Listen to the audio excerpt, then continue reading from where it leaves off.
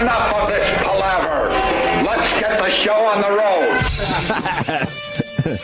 The jokes have begun. Good morning. Welcome to the Opie and Anthony Show. Hello, everybody. It's Jimmy Fallon Day. Is that it? Whole day? Yeah, let's call it Jimmy Fallon Day.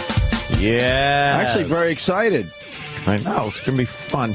We're taping Jimmy Fallon, I don't know what, in the afternoon? Yeah, they do that tape in the afternoon thing, and then you get to hang out for hours before you watch it. And then you wonder, what if it looked good or sounded good or anything like that? It's going to be fine. We had fun talking to the Jimmy Fallon people yesterday afternoon. Yes, we talked to their peeps. And we're going to be on the show with Betty White. Betty White. Let's try to make out with Betty White. She'd probably do it. She's a goer, that Betty White. Is she really? Yeah, she's a pretty wild older woman. Who's wilder, her or Cloris Leachman? Well, I think they're both from the same school of thought, you know? And the same show. Yeah, Mary Tyler Moore. They're on that thing. And then an occasional, guest spot on Rhoda. Rhoda sucked. Rhoda. Let's not date ourselves. I'm Rhoda Morgenstern. All right, you're Jewish. We get it. She had a big J on her forehead. We know. With her schmata. With the crazy 70s outfits. Yeah. Did she have headbands and stuff? And Yeah. Ugh. And then her sister, Rhoda's sister, the fat one. Remember her? Oh, right. And I think she went on to, isn't that, what's That's her name? Marge Simpson. That's Marge Simpson's voice. Yeah, absolutely. Yeah, that was Rhoda's sister on, What's her name? on Rhoda. Marge. Or Marge something. Simpson. Oh, yeah. Voice. Yeah. Girl, woman. Girl. Nancy Cartwright. What? No, that's not Nancy Cartwright. Nancy Cartwright? No, that's Bart. Oh, yeah. My bad. Don't make a mistake in this room. It's just Dan's just trying to offer some. Isn't that Nancy? You piece of shit. Julie Kavner? That sounds like her. That's her. Yeah. Let's That's go with her. that. Yeah, I got confused. Wow. That's the one. Why is a chick doing the voice of Bart Simpson? I never understood that. The first time we that met high Nancy voice. Cartwright out there in L.A., I'm like, you're Bart Simpson? I mean, this was weirdest before thing. most people knew that the voice of Bart Simpson was done by a woman. Yeah. It confused everybody. What? You're Bart Simpson? By the way, Nancy Cartwright also was in the Twilight Zone movie as the sister of Anthony. Okay, Anthony. Whatever you need, Anthony.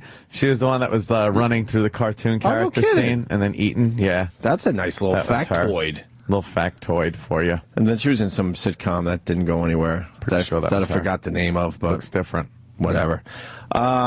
Did you like the new website? The new website.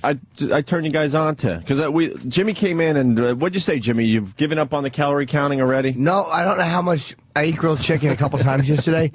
I don't know how big the portions were.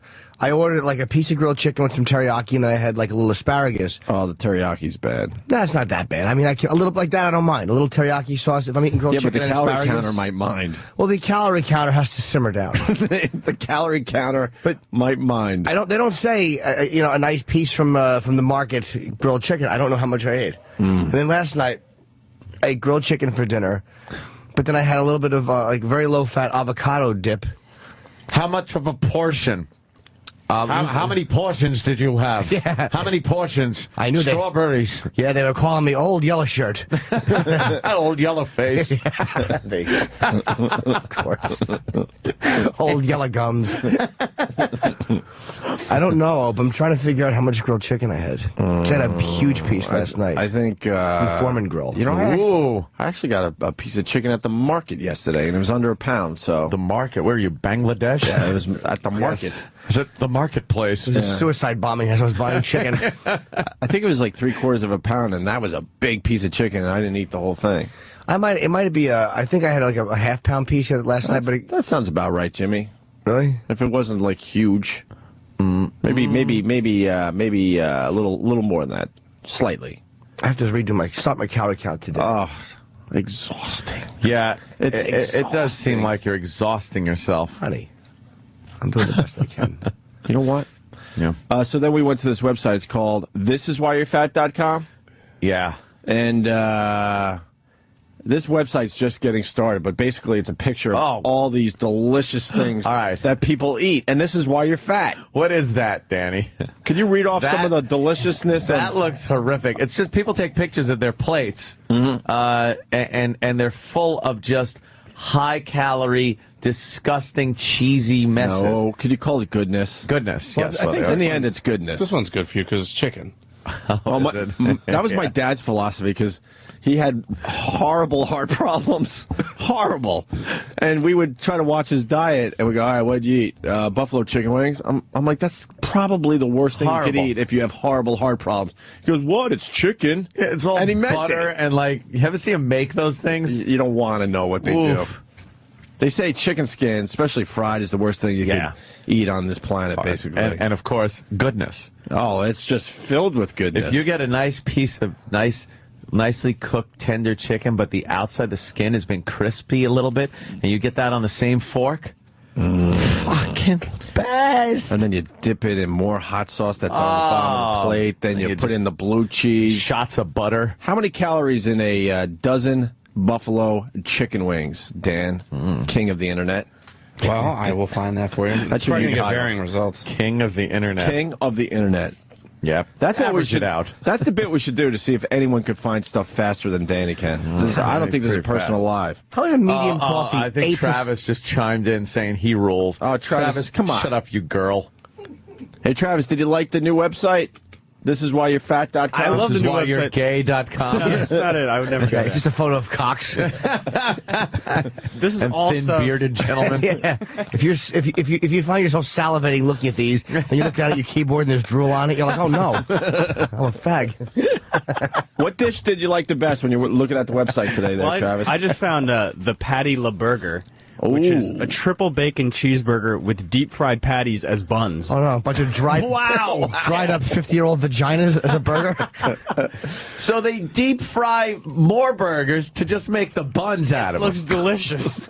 I can eat everything on this website. Of course you can. You weigh 80 pounds. You're the only person that is, looking at that website and not feeling guilty. Exactly. Got a metabolism like a hummingbird. Yeah, look at I think my cholesterol is probably really bad. Yeah, So. I'm sure. What you can't do is fight off a common cold or live to be past 40, hopefully. Little weak heart. People are looking at the website at home. They're just writing "Sweet Jesus." Yeah. It's a horrific site. 860 calories I mean, I'm sure it's depending on and 12 wings. what kind of oil and what kind of sauce, but Those are tiny little fucking wings. I think that's on Back to the hummingbird bit again for those wings. I think that's on the low side. I'm sure you're. But then if you're having wings, you're also having a few beers, and then you're... And are you dipping it in that friggin' dressing there and stuff? all Because that that'll stuff. do it. Now, I want to know what that big cheesy plate is there. chicken. It's chicken and what? Topped with pepperoni, ham, and garlic butter on top of French fries covered in cheese. Sounds great. Sounds really good for you. That's the Teesside meat feast. Nothing ever meat feast thing, whenever they put them on at like a chain restaurant or something, it's never good. No. And for the people that are confused and they think chicken wings are healthy because it's chicken, look up the inventor of the chicken wing and see what happened to him. Oh, boy. If I got my factoids right, he died of a massive coronary, I wouldn't doubt it. barely making 50 years old. Oh, I hope so, because that would suck if he lived to be 98 and he was really healthy and he was hit eating those chicken wings? Yeah. That would confuse everyone. by a truck. So what do you need counted now, Jimmy? I like the new bit, the calorie counting Jim Norton bit. I just, I'm nothing. I just realized that a medium Starbucks coffee, regular coffee with skim milk, is 8% of my daily calories. Doesn't make sense. 8%. Not throw the. I'm only curious. I don't care about the calorie count. MJ is writing me now, screaming. I'm just curious as to the things I'm eating that are probably bad that I'm not sure of. Whoa, slow So down. she's screaming, "Oh my God, look who I'm with." Slow down. Something's He likes wrong. boys. A medium coffee can't be 8% of your calories for the day. That's impossible. Probably not. How much sugar you got in there? None. I don't use sugar with my So coffee. it's just coffee and skim milk? That's impossible. Well, No, it's can't be. 140 calories. Can't be. It Coffee can't and skim be. milk. That's impossible. They're factoring in all kinds of things that They're probably people pour in assuming there. that people are putting cream in there and maybe a couple things of sugar, because that's impossible. Cream goes in. It's just drinking. I love the people that go to Starbucks, and because it seems like it's a coffee shop, you can order anything on the menu, and it's got to be like low in calories. It's just coffee. Some of those drinks are, I think, over 1,000 calories. Yeah, just for one drink, 1,000 calories. That's unbelievable. It goes pretty much half your day. Wait, there's not 11 grams of sugar in just a medium coffee, right? Why would there be 11 grams? No, you're putting that in there. I didn't put it in there. That's what I'm saying. I didn't put it in there. Coffee Why does it say sugars? Coffee doesn't come with sugar. You put the sugar in it. I didn't put any sugar. All right, Jimmy. All right. We're all on edge. We're all on edge. We're with you, Jim. We're with you. Because you know what? Anthony referenced that Twilight Zone movie. That's how we are with Jimmy right now. It's okay, Jimmy. Okay, Jimmy. Don't worry. Sure, Jimmy. If you say so. 140 calories, right. okay. You count those calories, Jimmy. You're a good boy. Because he'll just explode. We'll explode. We'll all be sent to the cornfield. Oh, yeah. Okay, Anthony. You're a good boy. What do you want for dinner, Anthony? You had hamburgers with peanut butter and potato chips on them. It's good. Yeah, whatever you want. They're like, sure, it's good, Anthony. We love you, Anthony. You're a good boy. You know we should be doing that bit for somebody else, but... Oh, I know. Around this place? You're a good boy, Howie. That's how everybody is around here. That's how they treat them. You're a good boy. Sure, whatever you want. You want to work 2 days a week? Okay. I'll send you the cornfield. That's more like it. The first answer today? Herman's head. Oh, God. New bit. We just, answer the stuff as we go along. Yeah, I remember that movie. Remember I said, what's her name? I forgot her name. Nancy Cartwright? Yeah. Some sitcom, and I went, whatever. Look at that. The magic screen gave me the answer. Instead of instant feedback, this is now called the magic screen. Was that Nancy Cartwright that was on Herman's head? Hell yeah. Mm-hmm. Yeah? Absolutely. No. I think it was another one from the other The one. Simpsons. No. Yeah, it was the one that is Lisa. The one that does Lisa. The one that does Lisa. Oh, yes, and she was in you're right. Maximum Overdrive. God, she was damn it, you're right. the bride in Maximum Overdrive, the Trucks movie, the Stephen King, that horrible movie. Hey, bub. It was that one. Oh, you're right. I'd give myself a boo, but for some reason, E-Rock felt like not setting up the instant replay today. Why would you set it up? Yardley Smith. Yardley Smith is the Yardley. answer. Okay, I knew it was a Simpson character in a sitcom. Yeah. It was the Homer one that did the doesn't voice show of up in Lisa. anything, does he? He's just Homer. Why would he? Well, he's got it made. The other ones have been in all kinds of little things here and there. Who makes the most Homer. money on that show? That used to be a big controversy for a while. They don't make all the same. Well, I mean, I think Bart and Homer were neck and neck as far as getting paid the most. Homer probably makes Is that show more. still on The Simpsons? Sure. Yeah. It's the 20th year. Original episodes too? Yeah. I tapped out a while ago. A lot of people have. Yeah. A while ago, years ago, I do believe. The writing has kind of evolved over the years. Well, it's still very popular. People are still watching The Simpsons. Apparently. I'm more a Family Guy, South Park guy. Right? South Park, I go in waves. Yeah, I have my ebbs and flows with South Park sometimes. But when South Park is on. Oh, yeah, that's what it is. I don't watch them first run. Sometimes I'll just watch them reruns and go, oh, my God, this is hysterical again, and then start watching it again. Yeah. I just want the kids to grow up a little bit. They've been the same age for like 10 years. I don't like when they age cartoon kids. I love when they age the cartoon kids. The only one that they aged well was when Fred was dreaming, Fred Flintstone, and Pebbles grew up and got married in the little church. That was creepy. Yeah, it was a creepy one. That was like a real creepy one. Didn't it but she was snow all and hot stuff? and stuff? Yeah, yeah. Wasn't it snowing and they just made it Yeah, and he was like, Pebbles! It was all weird, and he looked in there, and the woman turned around, it wasn't Pebbles, and, right. and the aisle in the church started getting real long. It was like some kind of Max Payne fucking nightmare that Fred was having. It was very dark, I remember. Yeah. As a kid, you're like, what? That what was are they kind doing? of a creepy Flintstones episode. And wasn't he crying because she was marrying one of the Boondocks? Oh, I don't think that happened. Dan how do you say his name? Castellaneta or Nada, whatever. Homer. Homer was on Stargate. What? He guested on Stargate. Oh, a guest spot on Stargate. Well, that's just because he was one of the You didn't Simpsons. get into Stargate, right? No, the movie wasn't bad, but the TV show could not get into MacGyver doing I never Stargate. saw it. I think E-Rock's a fan of Stargate, right? Of course he Big is. time. Where the E-Rock's fuck a is huge E-Rock? I want buttons. Yeah, I want buttons over here. I have somebody working on it. That's him, huh? Is E-Rock in today? Yeah. Oh. Of course. Yeah, he's done a lot of stuff. Don't you see your water getting that little ripple in it, like when the T-Rex walked around in Jurassic Park? I love the guys that just walk down the hall. Here he comes. No pressure on you. You're not on the air. Take your time. Yeah. Holy crap. This is a pressure cooker every day. Why are you taking your time, E-Rock? What's up? Fight back, E-Rock. You're too busy on the new website? Yes. Seeing how many of those meals you've eaten? I found 4 already on there that I liked. Really? Yeah.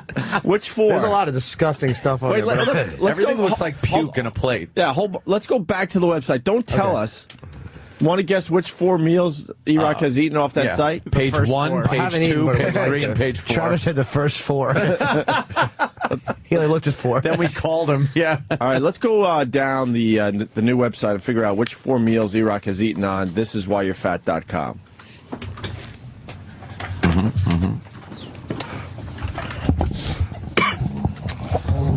Read them off, Dan, and we'll decide. Well, first up, we got chocolate truffle pie. Hell no. No. Chocolate truffle pie.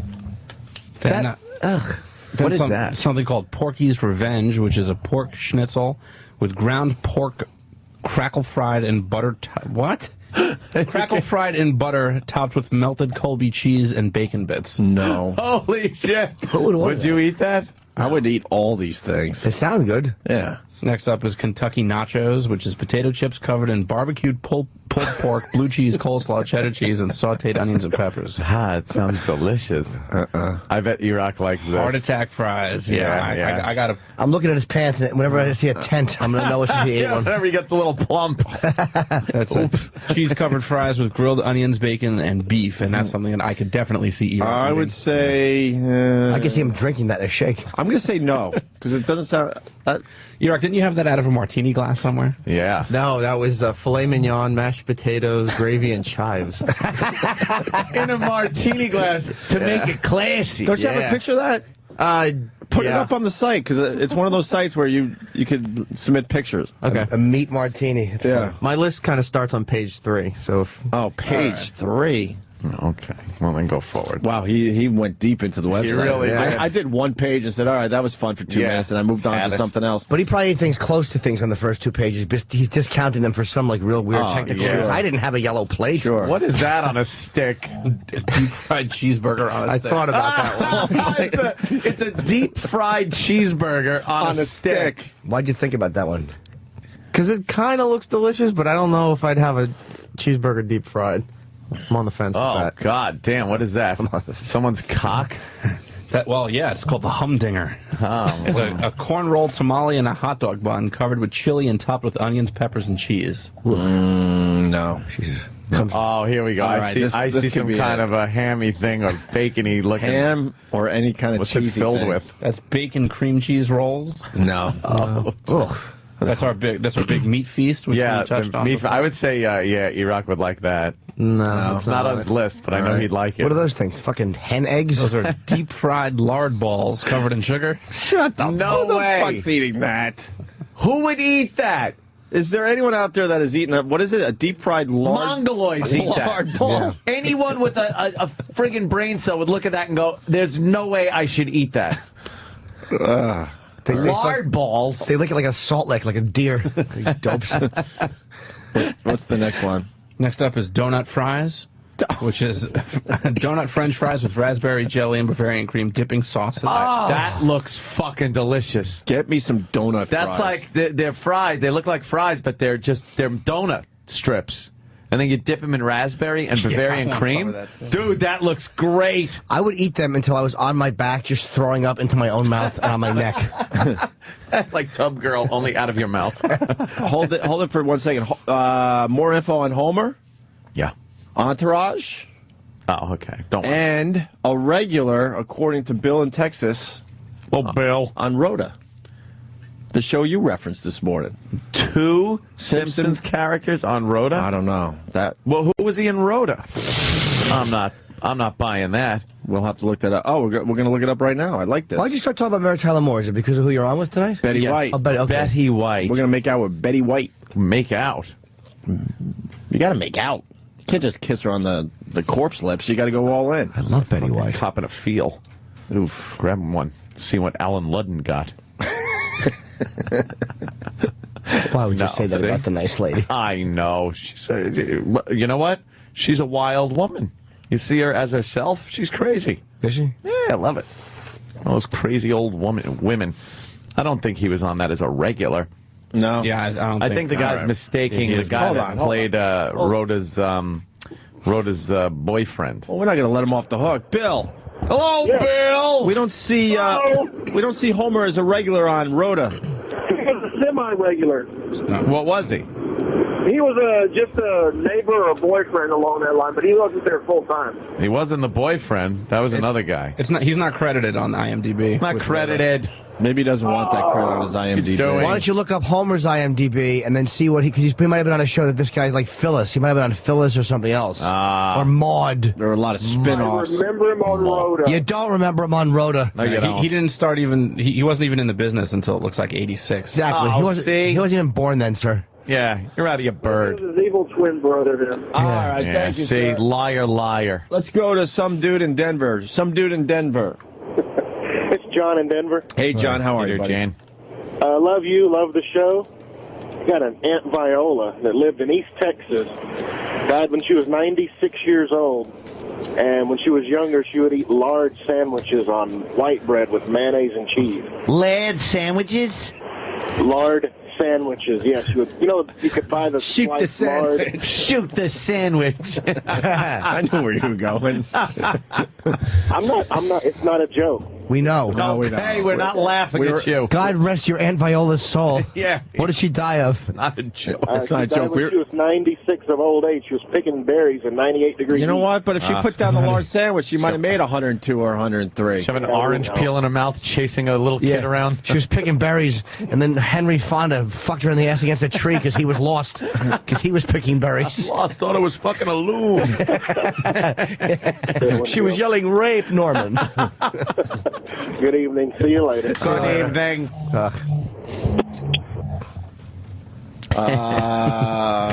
She died picking berries. Berries. I love that one. Old hag. Yeah. Fucking fingers all stained with berries she'd been picking that no one eats. There were those berries off the apartment shrubs, those little red berries that you throw at your friends who are retarded. Those are, I think, poisonous. They're too. terrible. Yeah. She probably ate them. That's why she had them all around her mouth, all red, and her fingers. She's dead. She'd have lived another 20 years, the dummy. Stupid Aunt Viola. Viola's a dumb She was bitch. eating rocks and fucking shards of glass. In that little bag. Is there anything worse when people talk about their really old relatives and the one thing they still could do on their own? Is that the worst conversation? Yeah. You know, she's 95 and she washes her own face. Right. She's Wow, great. She still makes her own phone calls. Yeah. She walks around the house. There's no problem. She still cooks for herself. She still could use the remote and watch good. TV. That's good. You talk Wonderful. like a child when they first start doing stuff. Yeah. She's starting to walk. Yeah. It's good. She's a little shaky. You go out the same way. The one thing that they're still doing. Yeah. You know, it's about this death thing, and then we'll get back to that website. You know, that time's a bitch.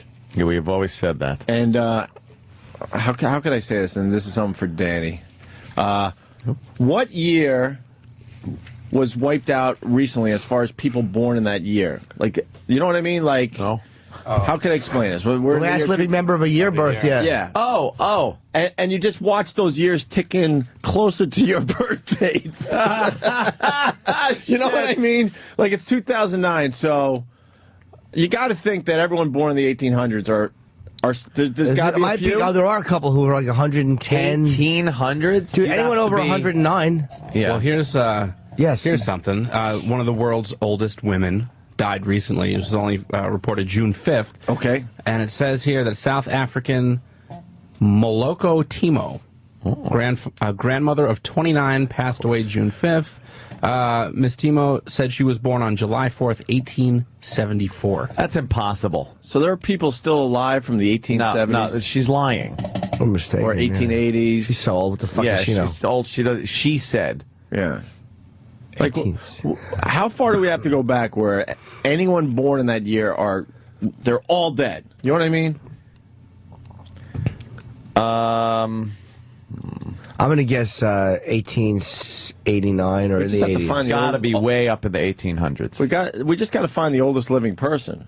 Well, yeah. And that's it. But there's a couple people like 115, 119 years old. Australia's oldest man, 110, dies. He was born in 1899. Yeah, that's right. So we're almost done with the 1800s. Anyone born in the 1800s, dead. That's what I'm thinking. All right, whatever. Back to Fatty's bit. We got to figure out what E-Rock's eating. All right, where are we at? The lard thing? We moved on? Yeah. This thing that you guys are looking at right now is called a Hawaiian meatloaf sandwich. Oh, and this is number one on my list. We were going to guess. I wouldn't have guessed the Hawaiian sandwich. Meatloaf with macaroni salad, gravy, and pineapple on a bun. You've eaten this? No, but I would like to try it. Wait, why? you get to the third page before you get to stuff you want to try? Yeah. The other stuff didn't entice you? Not too much. Why would you want to try that one? That then? looks delicious. Can't go wrong with meatloaf.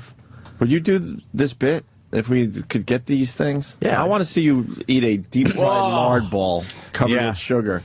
Bring in Mr. Lard. How the fuck do we get that done? Because that's the one that piqued everyone's interest. Deep fried Hawaiian meatloaf sandwich? No, the lard ball. I want him to try the other stuff that's really weird. I'm sure we can make some phone calls, find a place around here that wouldn't mind deep frying up some lard balls. But they have to know how to make it. Where does the lard ball come from? The deep fried lard ball. It has to be somewhere down south.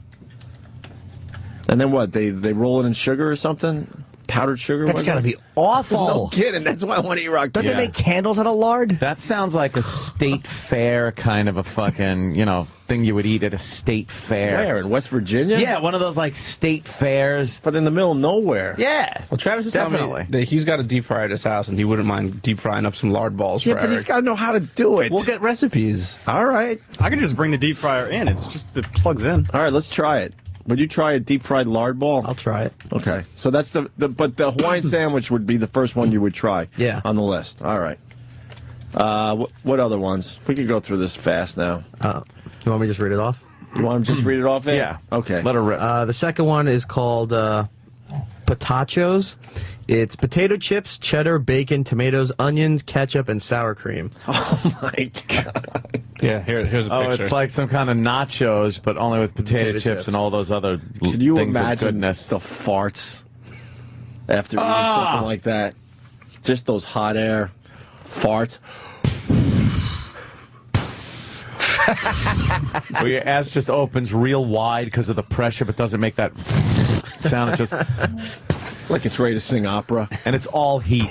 Heat that you feel on your hips. Right. That's how far it goes in your pants. Your asshole's sighing. That's a good way to look at it. You ever Dutch oven? How great is it like when you cut one of those under the sheets, and then you wait just a few seconds and you lift it gently with your shoulder and allow the sheet to fall back?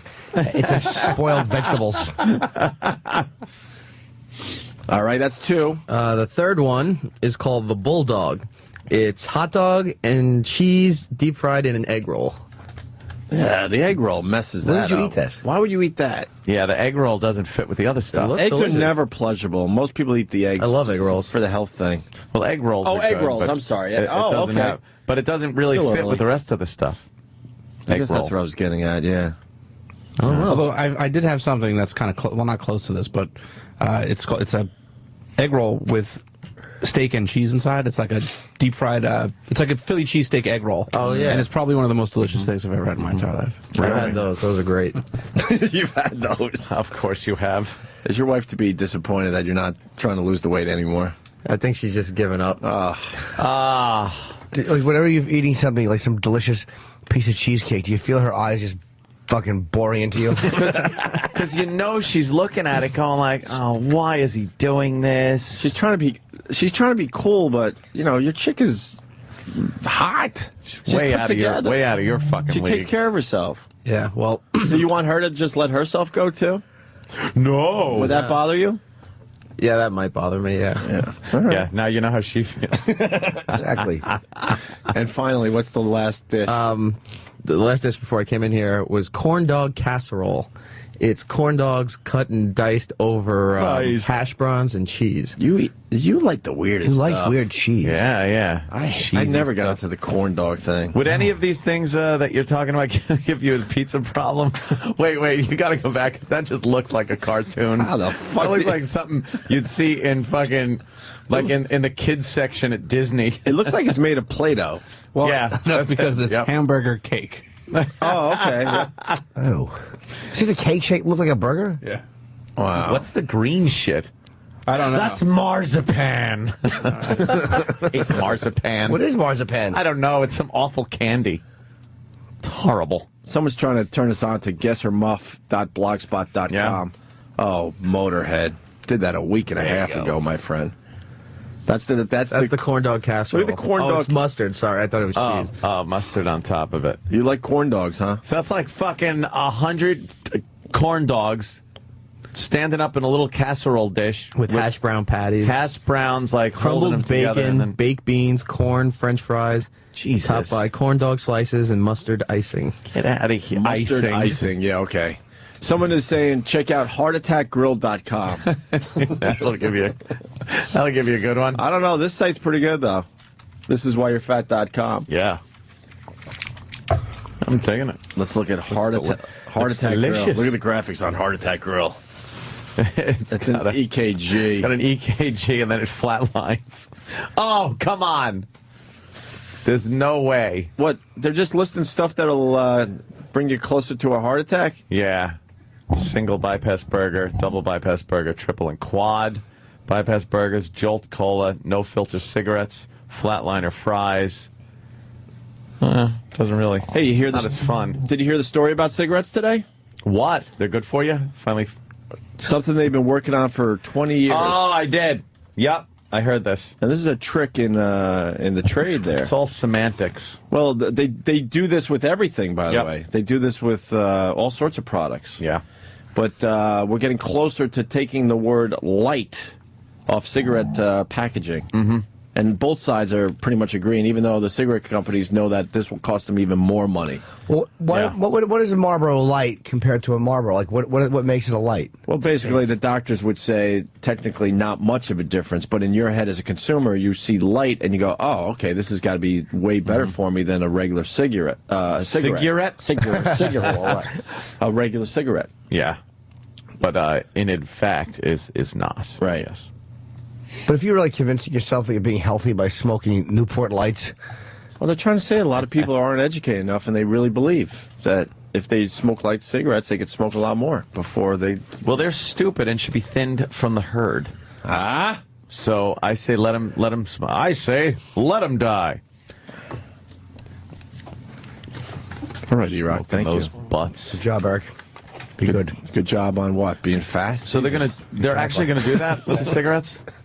Huh? They're actually gonna do that with the cigarettes, or are they still working on? Because that's gonna I guess cost a fortune. Yeah, we're still a little ways away, but we're heading toward that. Yeah. It's good. Yeah, they both agree, but they know that it has to be done at this point. So, Damn, yo. what do we know on the Holocaust Museum from yesterday? Oh, this guy seems like a real pleasure. Pleasure for me. I didn't know it was an old guy. Yeah, 88 years old. And his wife said that he's been preaching hate for something like 50 years. Was he 88? Because that's an odd. 88's a number that white supremacists I want to say he was 80. identify with. I was going to say. He was 88? 88.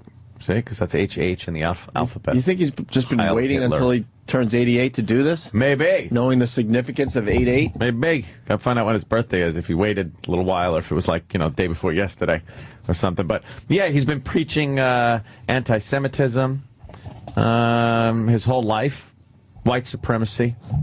And then, he figured he'd go to the Holocaust Museum and cause a little problem. A to-do. Shot one of the guards, killed him. He had a problem a few years back, too. He went to the He went to the what bank is that? The one that runs the whole country. Bill Burr talks about it all the time. The Federal Reserve. Oh, Federal Reserve. Okay. Yeah, he went there because the interest rates were like really sky high back then, and he went there with a bunch of guns and stuff and was going to make a citizen's arrest on somebody over there. Asshole. Yeah, exactly. And he was summarily wrestled to the ground and arrested. And how do you think that's going to work out put for in you? prison for a few years. But he got out, 88 years old, decides he's going to go to the Holocaust Museum and start shooting. They took him out right away? Well, he killed the guard. Witnesses said that they heard some shots and heard guards yelling, put the gun down, and then they heard more shots. So, yeah. Wow. They got him. Yeah, this guy was just, he's been a little intolerant for quite a few years. He finally had it. Finally got to him. Yeah. Light cigarettes have tiny little holes in the filters, so you're taking less smoke. Oh, that's all it is.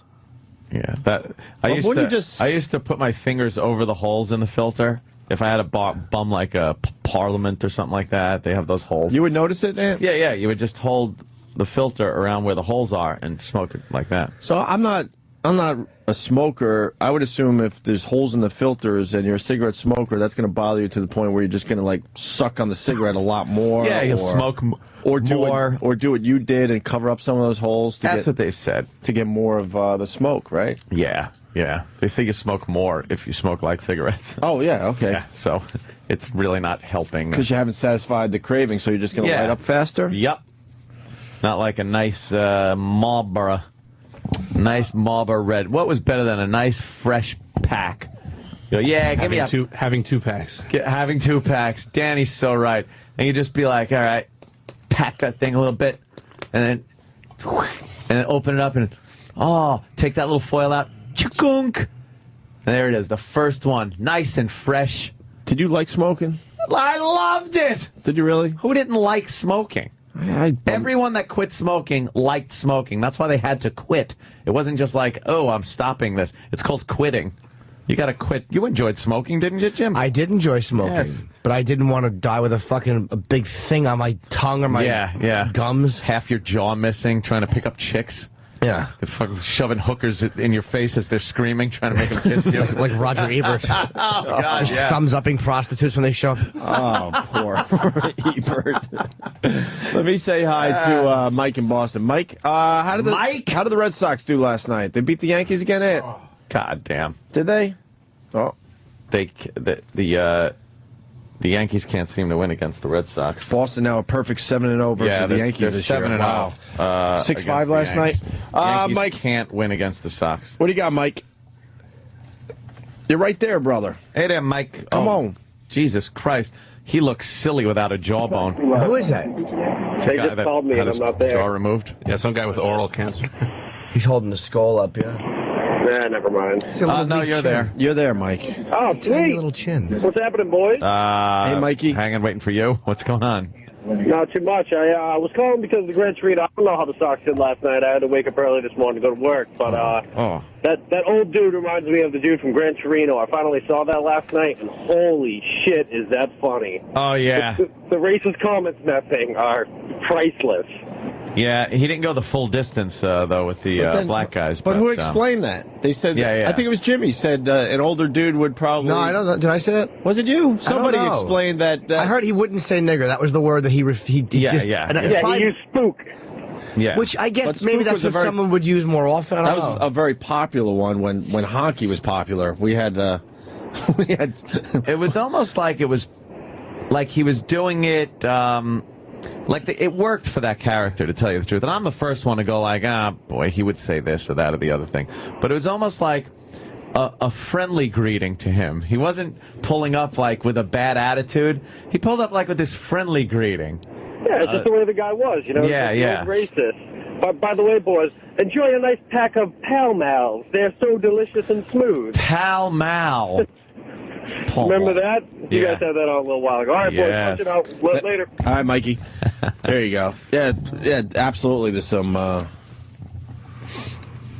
am I trying to say? White supremacists and Gran Torino. Yeah. I guess you get that. every so often these lunatics come out of the woodwork. It's there's no stopping the hate, the errant lunatic. They are making a thing where they're trying to figure out how to stop this intolerance and stuff, but it's impossible. It's impossible. It's impossible. You can't. There's always going to be the rogue, the renegade, the one guy that doesn't care, that will go out and just wreak havoc. All right. I'm looking at something in front of us. We're going to take a break. And I would have sworn this is old, but it's brand new. Danny DeVito. Mm-hmm. Remember when he went on, what show was it? And he was all fucked up? The View, I believe. Was it The View? Yeah. It says Danny DeVito on, local Philly news from the set of It's Always Sunny, which I hear is a great show. I got the box set. I still haven't watched. Funny. You watch? Funny? Yeah. I hear it's seen, great. Like a couple of seasons, and it is very funny. I'm too lazy to start a new show. I got a lot of DVD box sets, and I'm just too lazy to commit. Well, he's on this local Philly news show, drunk and drinking beer at 8 in the morning. And we got some audio. What's with him? I don't know. And also Letterman is in a bit of trouble. Actually, it's great for Letterman. And they're also saying that Letterman beat Conan last night, or a couple nights ago. Well, that's not really a surprise. He's more familiar with the people in that slot.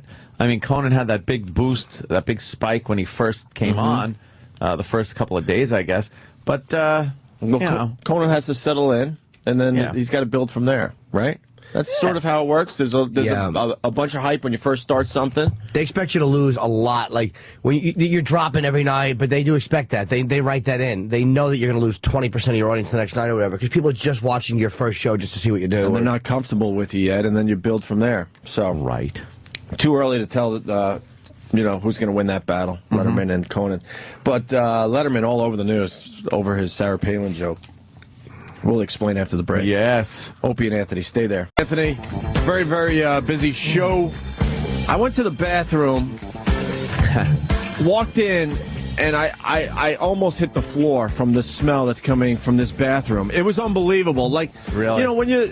I think people can relate. You go to work and you got to deal with other people's smells, and it just sucks, but you get through it, right? Of course. You're like, oh, that's awful, but you go about your business. The smell from this bathroom today is unbelievable. It is unbelievable. I can't even describe it. It's very like that smell is always unpleasant, but this was like a really visceral reaction to it. It's the worst I've ever smelled. So I ran back to the studio because the bathroom is a long way from our studio. All excited. I'm like, someone has to run down there and go in that bathroom so I could share how awful this experience was, because that's what you do. Share the awfulness. We all do it, though. How about this, dude? One of our guys can go into that bathroom eating an egg salad sandwich in the next stall. See? So I come back in the studio. Rock's gagging. Right. I come back to the studio, and everyone's aware of the smell, but I'm the first one to bring it up to everybody? Well, you were on the air, so we didn't... Oh, it happened while we were still doing our first break? Okay. So Ope asked, he's like, can you go and get a photo? So as soon as I walk in... Yeah, I wanted the photo. Sorry, Anthony asked. As soon as I walk in, I didn't know Danny was in one of the stalls. As soon as I walk in, Danny just yells out, "That smell's not for me." And Danny doesn't even care about like embarrassment or things like that. So he didn't know who it was walked in. That's the first thing he yells. He's like, "That smell's not for me." And then why is Matt in here? Why is Matt in here? Oh, because Matt was there and he witnessed all this too. Okay. So somebody desecrated the handicap stall, and it's a really wide door that's open, so it takes up about a quarter of the amount of stalls that are there. It looks like two people shit in the same toilet and then didn't flush it. Well, yeah, and it's above the water. It has to be. Oh, this looks almost like cake. Can I see it? Okay, it has to be cake. It has to be above the water, because that's the only way you'll get that type of smell in the bathroom. Yeah. That water is really important. Water is so important. So important to dump in. I remember people, dumping in these spackle buckets when I was on the job sites, and without water in there, the smell's horrendous. You ever take a dump in the woods or something like that? Oh yeah. It wafts everywhere. It's horrible. Jim Florentine. Jim could be the funniest guy ever. Jim's very when he was funny, doing manual labor things, he said it was one summer he was working with this guy, And Jim took a fucking huge shit in his spackle bucket and put it in the back of the guy's van, and it was in the summer. And he goes, the guy was driving around all day, and his fucking van reeked of shit, and Jim buried it so the guy couldn't find it, and the guy had to tear his van apart to find a spackle bucket of shit. That rules. What is it with humans? We could smell shit from animals. Still not happy, but you'll deal with that. That's awful. But as soon as you smell human shit, it just takes you to a much darker Dude, I feel place. nauseous from that smell. Thing. Yeah, and you just looked at the picture, and your face doesn't look good. What's up with the picture, Jimmy? Dude, it looks like oh no! It looks like it looks like when you chew a piece of jerky. It looks like a piece of. Photos. This is the zoomed out one. Okay, now this is the zoomed in one. Fuck! Dude, it looks like fucking jerky. I'm never nauseous with shit. I relish it. The zoomed out one. And that's the zoomed Just looking for whoever's walking around and can't, like, sit. Or whoever can't stop smiling. That was my dump. I'd be the happiest man in Sirius. Yeah, that's why he left it there. Of course he did. He's very proud of it. That looks like a... Would you flush the Mona Lisa? Of course not. Oh. That looks like a part of an intestine or something. Yeah, it looks like his insides came out. Holy Can we please send some... I want to send one of our guys in there to fucking stand in that stall and eat egg salad. That couldn't work. E-Rock's gagging. He's walking down the hall with his hand over his mouth. Yeah, it's unbelievable. Larry King checking in on instant feedback. So how important is the water in the bowl? Very, Larry. Very important. I was talking about a nightmare I had. Oh, right. Over the break. Your nightmare scared the fuck out of me, and it wasn't my nightmare. It was so creepy. Like, I love storyline nightmares. I have them pretty much every night. Like, I have some kind of it would qualify as a nightmare instead of a dream, but it kind of straddles the line of dream and nightmare. It's very story driven. You know, I'll start out somewhere. It might end up weird, where I end up in a weird situation or something, but it's usually somebody's after me, or there's some kind of creepy thing happening. But since it's story-driven, like, I'm involved in it, so it's harder for me to concentrate on the real evil, horrible, nightmarish parts, because I'm kind of busy. I'm looking for a weapon. I'm looking for that. I'm just doing things. This one last night was just, I was laying in bed, and there was this horrible old woman leaning over my bed. She looked like the old woman in the tub from The Shining. Like that type of face. And she was just screaming, like in pain, like, ah! Right in front of my face. So I grabbed her face to, like, push her away, and my fingers went right into her flesh, and I started ripping her face apart and pulling her eyes out and shit, and, like, ripping her jaw off. And she just kept going, ah! Like, screaming. And I woke up like, ah! Ah! It was horrible. You know what that means? That what that dream probably symbolizes? What did it mean? You're afraid of a person screaming in your face, even though you're pulling their face off, they still yell. It's just every dream interpretation is completely literal. Yeah, you're afraid that they'll make a noise that's the same once their face is off. And the horror of having a ripped face off in your hands would also be very disturbing. Yeah. You got stuff all over your hands on your comforter. Thank you, Dr. Jimmy. That's a good one. Now, I'm sure there's people out there that read dreams. Yeah. And I bet you the number one thing is going to be, you feel guilty about something. Guilty? Maybe. Is there always guilt? Does it always have to be guilt? Maybe that you didn't see your grandma before she died or something. Oh, that might be a good one. That might be one. But what's the screaming, That's a good one, maybe. But I don't. I kind of feel good that I saw her, you know, as a healthy woman. As a healthy woman making the sauce. Yeah. Or maybe the old lady. Maybe the old lady's yelling in your face, and even though you're clawing at the face, you can't make the screaming stop. So, like, whatever the problem is, you can't make it go away by doing the obvious. By just clawing at it. Yeah, and I guarantee you, when you look at the bottom of that old lady screaming, it's a keg. Could very well be. You will let me know when those beers stop screaming. Was she yelling at Dr. Norton? Dr. Norton? Was she yelling at anything at you? No, it was just like this screaming, and her head was kind of moving back and forth, and she was just there. And as her face came apart in my hands, I was like, oh my God. And then I'm trying to say to myself, I'm going, is this a dream? Because, this is real fucked up. And then it hit me like, oh, my God, this might not be a dream. Like, even though I thought it might be, I hate those. I couldn't get myself to where, because if I all of a sudden just went, oh, it's a dream, I'd have punched her in the face, I'd have grabbed her head and put it on my dick or something, whatever. You're the only person I know that can control a dream like that. Yeah, once I know I'm dreaming, then I can do whatever I please in them, and it's great. It's superpowers. Some people can sort of control the dreams. Lucid dreaming, they call it, yeah. You know, when you're playing like Grand Theft Auto and you can sort of control like the boats? Yeah. You can kind of do that with your dreams. You know what I mean? Yeah. You can kind of get in the direction you need. Yeah, kind of getting there. But a motorcycle, you're completely controlling that for the most part in GTA. You can't do that with your dreams. Dreams are weird. If I know I'm dreaming, I can definitely do kind of what I want to do, which is a lot of fun, because then I don't care how creepy, how scary. I laugh at that point. But then sometimes it'll stop, and I won't know I'm dreaming again, even though I knew I was. But most of the time, once I start knowing I'm dreaming, I get into stuff I really like doing, and then I'll wake up. Which really blows, because what I like doing is raping and pillaging in dreams, because you do it with impunity. The best part of your story, you're not sure it's a dream. You ever have a dream, like, all right, scenario, all of a sudden you're dreaming that you're friends with a butterfly, let's just say, and all of a sudden you wake up and you go, oh, thank God that was a dream. Duh. You know what I mean? It's so... the scenario in your dream is so ridiculous that you should even understand that it's a dream as you're dreaming.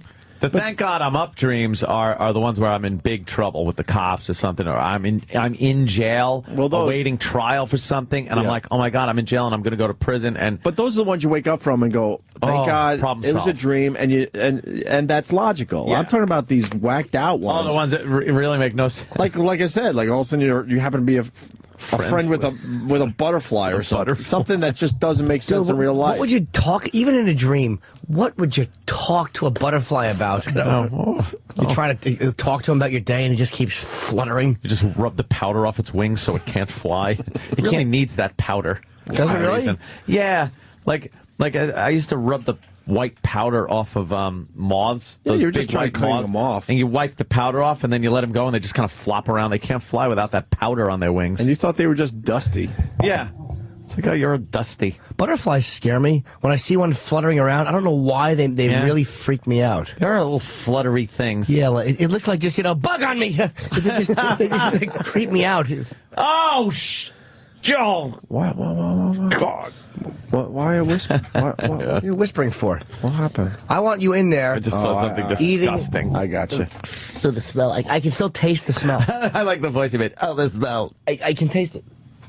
I can taste it. Nice, perfect. Let's go to the phones. Marcos in New York. Marcos. Hey, good morning, boys. Hey, man. Wait, Google old hag. It's a paranormal phenomenon that matches Ant's dream. Exactly. Really? All right. Old hag? Something like that. Marcos. You old bag. Got a bad old crow at that. Marcos. Hey, I was going to say, you guys were talking about taking a shit earlier. I got a question. Why is it that you smell someone else's shit, or you walk into the bathroom, someone taking a shit, you smell a fart, it grosses you out, but you're able to withstand your own, and actually some people like the smell of their own scent? Dude, that's as philosophical a question as Nietzsche would ask. I don't know. What's going under that? Can I take it further? Why is it that you could eat your own snot, but if someone else presented you their snot on their finger, why is it though? How come you can swallow your spit all day long? All day long? You do. But the second you spit it out, like you wouldn't spit it into a cup and then drink it back. Oh, good God, no. But it's in your mouth the whole time, and you're swallowing it's pretty much saliva. The same thing, right? It's not pretty much. It's exactly the same thing. Yeah. How about this? Some of the unanswered questions, my friend. Yes. I don't know, Marcos. Yeah, why can't you spit your own spit and drink it? I've been doing that for years. I didn't realize how weird that was. Like, in case I get thirsty, I'll spit into a glass. A lot of times I'll just keep it with me in my coat pocket. In a canteen. And I'll let somebody smell it, and then I'll drink it. Oh, we got people that want in on your dream badly. All right. But first, Kelly in Connecticut. Kelly. Good morning, boys. Hi. So this has happened to me twice, and it was prior to me marrying my husband. One time I came in the house, the smell of his shit was so bad, I puked instantly in the kitchen. You puked. So what did you do? You signed up to be with that forever. Yeah. Oh, this is love. I call it charity myself. Okay. Wow. The second time it happened, I'm taking the shower. He says he has to go to the bathroom. I'm like, that's fine. This shit was so bad, I puked all over the fucking shower. Jesus. What is he eating at night? I have no idea. But he's a keeper, all right. Jimmy's an expert, though. What do you think this guy's eating that his wife is puking like this? It's got to be some nasty combination. I'm not sure. I don't know. A lot of cheeses and lactose and things like that. With sour food like fucking burrito, Mexican spices. Or What does he do for a living? He's a truck driver. All right, so he's on the run. He's eating fast food. Oh, God. And probably, like, his roids are making a stink, too, because half his asshole is falling out. Ugh. He's pink socking. When it's bleeding. Oh, God. How did you marry this guy? It's been a long time. We've lived together for 7 years. I got a lot of shit to move out. Oh, yeah. It just comes down to that after a while. Like, it's too inconvenient to leave him. I like that, Kelly. You're right. You start looking around like, All right, have a good day. Then I'm going to have to move all this shit somewhere else. Let's go to Steve, who's going to interpret. Good morning, gents. Hey, Steve, what do you got? Happy birthday, Jimmy. Thank you, Steve. Oh, my birthday's being overshot, right? You go ahead. I'm doing good. Yes, sir. Yeah, buddy. All right, Anthony, you're a guy who goes to above-average efforts to maintain his safety. If you look at your dream, you were unable to defend yourself, so you're feeling very vulnerable and very scared by something. It happened in your bed, where people typically feel very safe. Yes. You know, that's where they sleep. Yes. The other thing I hear is the woman was an old hag. Okay, now, I'm not passing judgment, but you're a guy who's basically living a lifestyle usually reserved for people younger than yourself. So maybe she represents what you're fearful of, growing old. Oh, the old person. Oh, shit. Oh, and I'm trying to claw it, saying, get away, but no, it keeps creeping up on me. All right, that means I got to jack the age down on the girls. Going for 16 now. Yeah. 16. Next thing, the person screaming in his face would be a girl who's of legal voting age. I just start peeling her face apart. I made a decision. I made a decision. Are there any old hags in power? Serious? Maybe that's it. Yeah, the old lady had little dog logos on her eyes. Yeah. They're all old hags. All right, I'm punching out, guys. Wow, all right. There's something there, no it? I don't know. Well, you know, any of these things, if you're not making a joke about it, makes sense. So who the fuck knows? Pafrumunaki writes, some people ponder the nature of the universe, and Opie ponders snot eating. It's the same shit. And friendships with butterflies. Yeah. Oh, that was just a dumb. Yes. Reaching for an example type thing. That was a sweet You've voice. had friends with butterfly dreams. No, Of course he has. I was friends with Obama. I told you the story. Yeah. And then I blew it, and he's never appeared in my dreams again, so I guess that friendship is over. How'd you blow it? You ruined dreamy friendship. In my dream, we were having a good time. We were hanging out as buds, and he was like, oh, this guy's pretty cool. And then, like, he had something else to do, and he goes, all right, I'll call you soon. And I had to be all needy, like, yeah, when? You sure? Ah, see. When are you going to call? And then he gave you a weird look, right? He did the double take in my dream, like, oh, wait, maybe this guy isn't as cool as I thought. I thought it was cool, but he just wants to hang. Yeah, it's like, all right, I'm me, and... No, and then there was something like, no, I'll call you, but I could tell in my dreams he's never called me. He wasn't What tipped him off that you weren't cool? Was it when he realized that when you approached him, you and your butterfly power hanging out, chatting? I knew my example would get me in trouble. How could it not? I was friends with Casper the Friendly Ghost when I was a kid. In your dreams? In my dream. And then Casper... And now you love the Klan. That's pretty fucking obvious. But then Casper took a shit. And I saw the shit through him because he's a ghost. Yeah. So I saw the shit inside of him working its way through, and then it fell out, his Casper the Friendly Ghost ass. And he took a shit, and I felt all weird that my new friend Casper the Friendly Ghost took a shit. And that was it? Yeah, that's it. They look like little cotton balls all over the floor. No, it was a brown piece of shit. Jesus. That's why I saw it inside of him moving around, and then it fell out of him. How awful would that be if a little ghost was wooing and just taking really human-sized shits on your rug? Poltergeist. How would you explain that to people? Yes. He's friendly unless he has to go to the bathroom, but he's very aggressive. He just shits on your rug. Yes, he's socially very angry. Let's say hi to Mike in Boston. Mike? Hey. Maybe Ant's dream has something to do with the old lady that got tased yesterday. Maybe. Something, that's a good idea. See, I would take that sooner than I would some kind of deep-seated bullshit psychobabble. That I did see that, and right before I went to sleep, the news was playing that clip. So that could definitely be it. Mm-hmm. The old bag yelling, screaming, and she was screaming when she got tased. What movie were you watching when you were falling asleep? Because I was watching the military channel. I was watching what was it? Heinrich Himmler. I was watching a little special on Heinrich Himmler. We've all Fun had guy. We've all had the dream where you watch a little porn or something before you fall asleep, and then you get the best fucking sex dreams. Yeah. Why can't we make that work every time? That would be nice. Yeah. Or you're watching some horrific film before you go to sleep, like The Shining or something scary, and then your dream's like, what the fuck, dude? I don't need this. No, I always have the History Channel on or the military channel, so it's a lot of bombings, gunfire, a lot of Hitler. In your dreams, though? Yeah, things like that. It takes right over sometimes.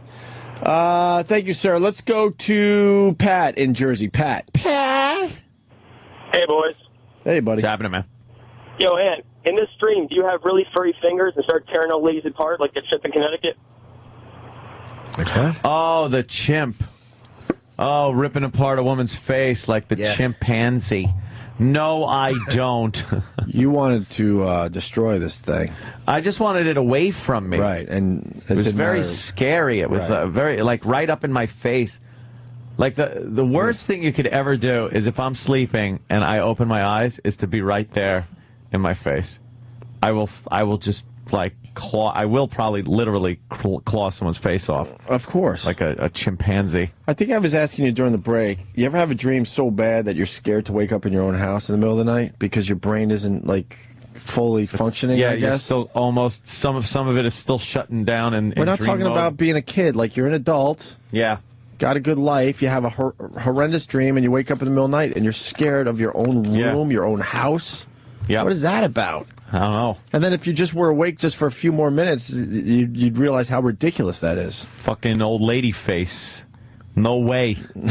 Clawing old lady face. I think that guy was right about age. That would make a good one, a good sense. It's scary. Thanks. Yeah, sure. Ooh. You want another shit phone call?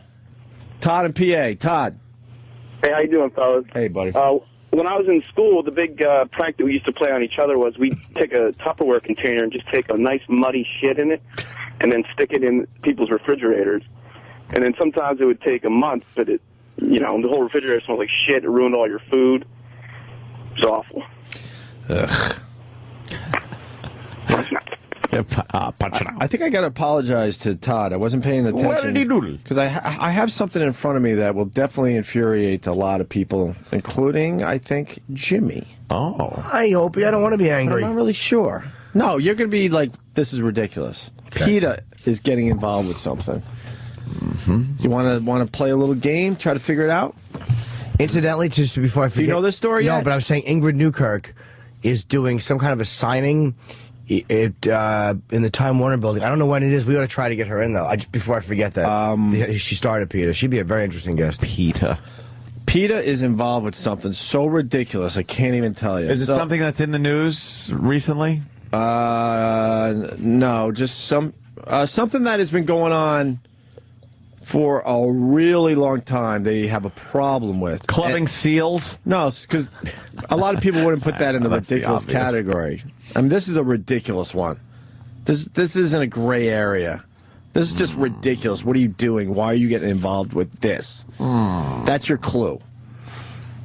Ask a few questions, Ant. Let's see if we can do this. All right. It has to do with animals. Boy, Ant. All right. It's a tradition that's been happening for a long time. That's a pretty good clue, too. Oh. That at least sets you in a direction. Running of the bulls. No. They won't do that. A tradition. Is it You're gonna have to type of old... Is it some type of old Eskimo or Indian tradition? No. Something like that. Okay. So it's something that it's not a niche thing. I want to see if you could get to this point. Okay. You're still far away. Yeah. The animals die when it They've been doing it happens. for a long time. It's a tradition. Are the animals what, Jimmy? They die while it's happening. They're already dead. Santeria. Another clue. Oh, that's already dead? bitch. Already dead.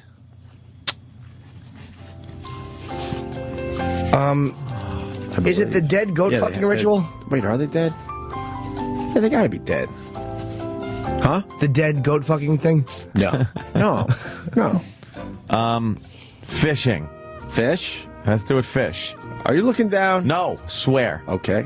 Has to do with fish. Has to do with dead fish. We're getting closer. With dead fish. Peter's getting involved.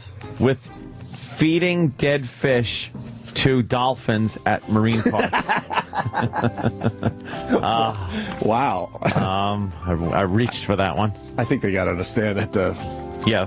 they got to feed Fish dead gotta eat. fish. All right. Something to do with dead fish. Grunions. What's grunions? All right. They wash up on shore in California. I hope I'm right about the dead fish. They're part. onions from like the 90s. I have to. I mean, it's great. It's very clever. But it stinks. It certainly does. But it's clever, not always funny. That's the lesson Yes, for I people know. today. Okay, fish. Dead fish? Oh, here it is. You found it? No, I have it somewhere. You want to play it? Sure they're dead? I don't know now. I think they are, though. Is it at home? Fish tanks? They're dead, right, Danny? Okay. Flushing. Which makes this so much more A ridiculous. tradition with dead fish. Does it have to do with fishing, with a rod and reel fishing type thing? Mm-hmm. Fish are already out of the water. Dead fish already out Are of the they water. dead? Hold on. What the hell do you use them for? If they're out of the water, they got to be dead. Then I'm walking No, around they're driving. alive. They're alive. Not according to Danny. I'm reading it right here. Oh, this is. Oh, wait, maybe they infuriating. are. I apologize. Maybe I'm Oh, All right. Dead fish. Already out of the water. PETA has a problem. Okay, the fishmongers that throw the fish back and forth to each other. Motherfucker, give yourself Is a that it? motherfucking bail. Goddamn, give yourself a bail! God damn, nice. Wow. What the fuck would they care? Exactly.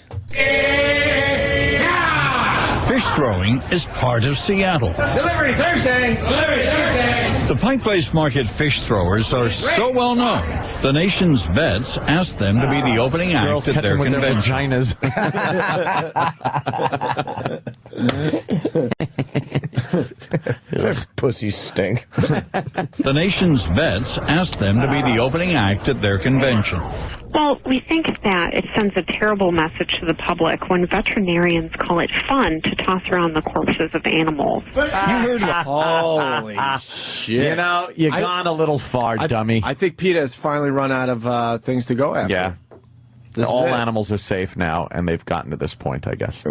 Are you kidding me? Fun to toss around the corpses of animals. You heard right. PETA is taking on the fish tossers. Their reaction? We respect everything you see here. We respect the fish. Without any respect for this fish, we wouldn't exist. Well, you know, fish feel pain and fear just like dogs and cats do. How do you know? And I don't think that the AVMA would dare take part in the dead kitten toss. The convention is still a month away. PETA says it'll gather signatures. They'd better not try here. I think the only difference is that we don't. I don't think Pete is totally wrong. They are, but we don't eat kittens, dead kittens. So these guys are throwing something that they're actually displaying. Then we're going to eat it. They think they'd probably throw it as a part of their job to make it easier. Like, all right, here, stack this. Of Yeah, course, So that's how it started. Yeah, right. And the fish, it's a fish. Doesn't make an expression, so. Stop it. It's dead already. It's Right. dead already. Isn't that The amazing? Dead kitten toss. That would be funny. We're going to do that on the show, but management stepped in. They what? They really did? Yeah, I was going to do it on the show. Oh, I was going to man. bring it up so we could actually have dead kitten toss. What would management say? I don't know. Exactly. I didn't feel like finding it. Yeah, that's all right. Yeah, Pete is ridiculous with some of this shit. I mean, Some of the stuff I agree with. Some of the stuff, If we're know, going to be honest here, but I mean, when it gets to Not fish agree with tossing, shut the fuck up. anything in the ocean is fair game, if you ask me.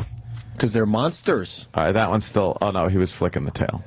No, I Made think it seemed like it was alive. dead. Even if it's alive, how else are you supposed to get the fish from one area to another? Yeah, and it's like a They're tourist slimy. attraction You can't really thing. carry them. People kind of like watching people throw fish around for some reason. I don't know why. It's just stupid. Look at this fat fuck Oh, holding look a at dead her. fish. She probably smells. There's krill in her teeth. Where are we at? What up, Israel? Just gonna see what up. No. Okay. You know what? The fish tossers are douchebags. They must smell. Yeah. You can't wash that shit off. Why are they douchebags? They're doing a job, It's just, Jimmy. do the job, but don't throw it. It's just stupid. Hey, oh, here it is. Hey, he throws a fish. That's what they've been doing. I know. Who would want to watch that? I don't know. People go down there, Seattle. They go to the seaport there and watch them. Why only go Seattle? fish.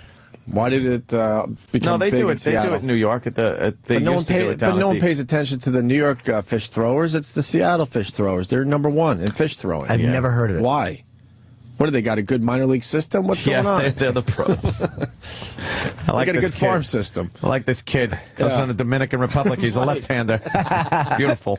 See him throw fish. Kind of ridiculous, no? I think it's ridiculous they get involved. I think the whole thing is ridiculous, throwing a fish. What people clamor and take pictures of it. It's silly. But for Peter to get involved, it's already dead. Stop it. Stop it. That's like a human rights organization going to a cemetery and saying, this is horrible. They're buried underground. It's like, no, they're dead. No, it's like if they were propping the bodies up and karate kicking them back to each other and like tossing them around. Like you ever see in Escape from New York how they throw the fucking the old guy, they push him back and forth. If they were doing that with the bodies while people clapped, then there would be a human rights violation. But it's a person. Yeah. So that is different. I know, but this is such a low. I know. I was just trying to say that once it's dead, it doesn't matter what you're doing with it. It just seems silly. Now a human's a different story because it's people. But even you see what they do there in Afghanistan with that goat? They throw it around, have a little football game with the dead goat. See, that's rough. Oof. It's one of their traditions. Of course. Don't they have a nice tradition, like being nice to women?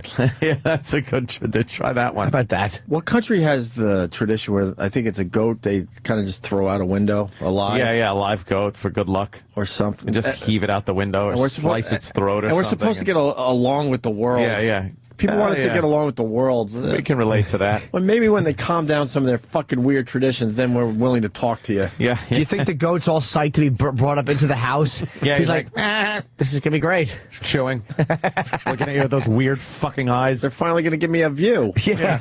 I'm more special than the other goats. I'm glad I was so nice. Then the knife comes out and you see the window open. You're like, oh, boy. Why didn't I see this coming? Thomas Overbeck from Dallas. Stupid dead fish flying around. Hey, I'm the king of the flying dead fish. Yeah. No way. Look No at him. way, no how. Flying dead fish. Oh, man, we just, God, some of you guys got to hang on. See some great calls, and we can't get to you in time. Supposedly, maybe someone can help us out here. PETA doesn't want the killing of seals in video games anymore. What video games have them? What video game has that? I was going to say, I didn't think that was a big one. I'm sure there's a video game out there that does that. Clubbing seals? And PETA had a problem with that. No way. No way, no how. Clubbing seals. Fuck you. Yeah. 3, 2, 4, 1. Doesn't even agree with counting properly. No, what did he say? 6, 5, 4, 3, 2, 1. Fuck you. Fuck you. Bullshit. Oh, that's what it was. Bullshit. Danny DeVito, you want in? They think fish look scared because they just always have that big eye thing. That's exactly it. They're like, you're a fish. You ever go fishing? I used to. And have to rip that fucking hook out of its mouth because it got tangled in there? Needle nose pliers. You just get down in the throat. You try, man. You get down in the throat, you grab that hook, and then it makes a crunching noise when you pull it out. Mm-hmm. The thing is still going around. Fishing. I remember my father whapping sea robins over the head with a wrench. Like he'd pull it in the boat. Some of the most horrific things I remember are happened in that boat.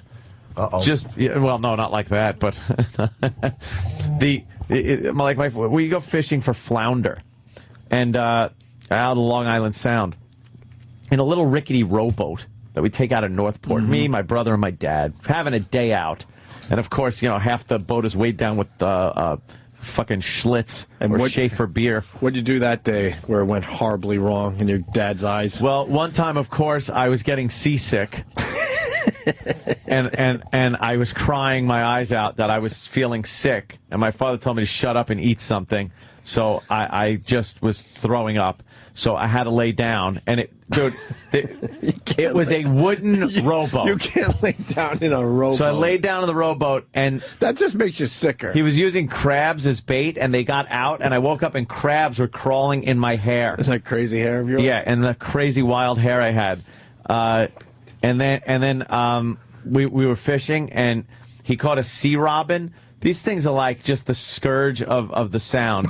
When you're fishing for something, you want flounder or something like that, and you hook a sea robin, it's useless. What is it? They're spiky, like just things, and they kind of fly out of the water a little and then back in. They're disgusting jump. looking. You can't really eat them. There's it's a horrible looking fish. Yeah.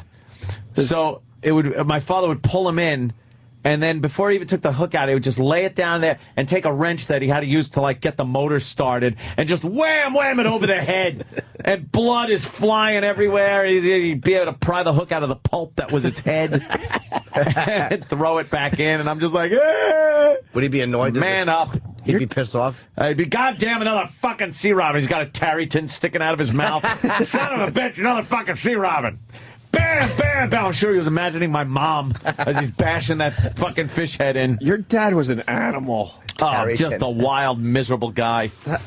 When he was in New York. That's animalistic. Once he went to California, he was, all happy he became a cowboy. He was like a kid. He wanted to be a cowboy. Every once in a while, you get one of those flat fishes.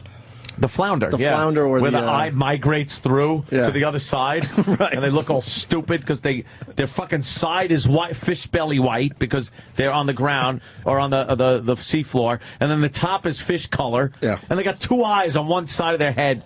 Dumb fish, stupid fish. They're born with eyes on both sides of their head, by the way. And then what? It migrates to the other side. The eye migrates right through the head and comes out the other side. Why? How do they see the one way? No, we got to kill. That's a flounder. Look, we got to kill flounder. all flounders. That's the top of a flounder, and they just lay on the bottom.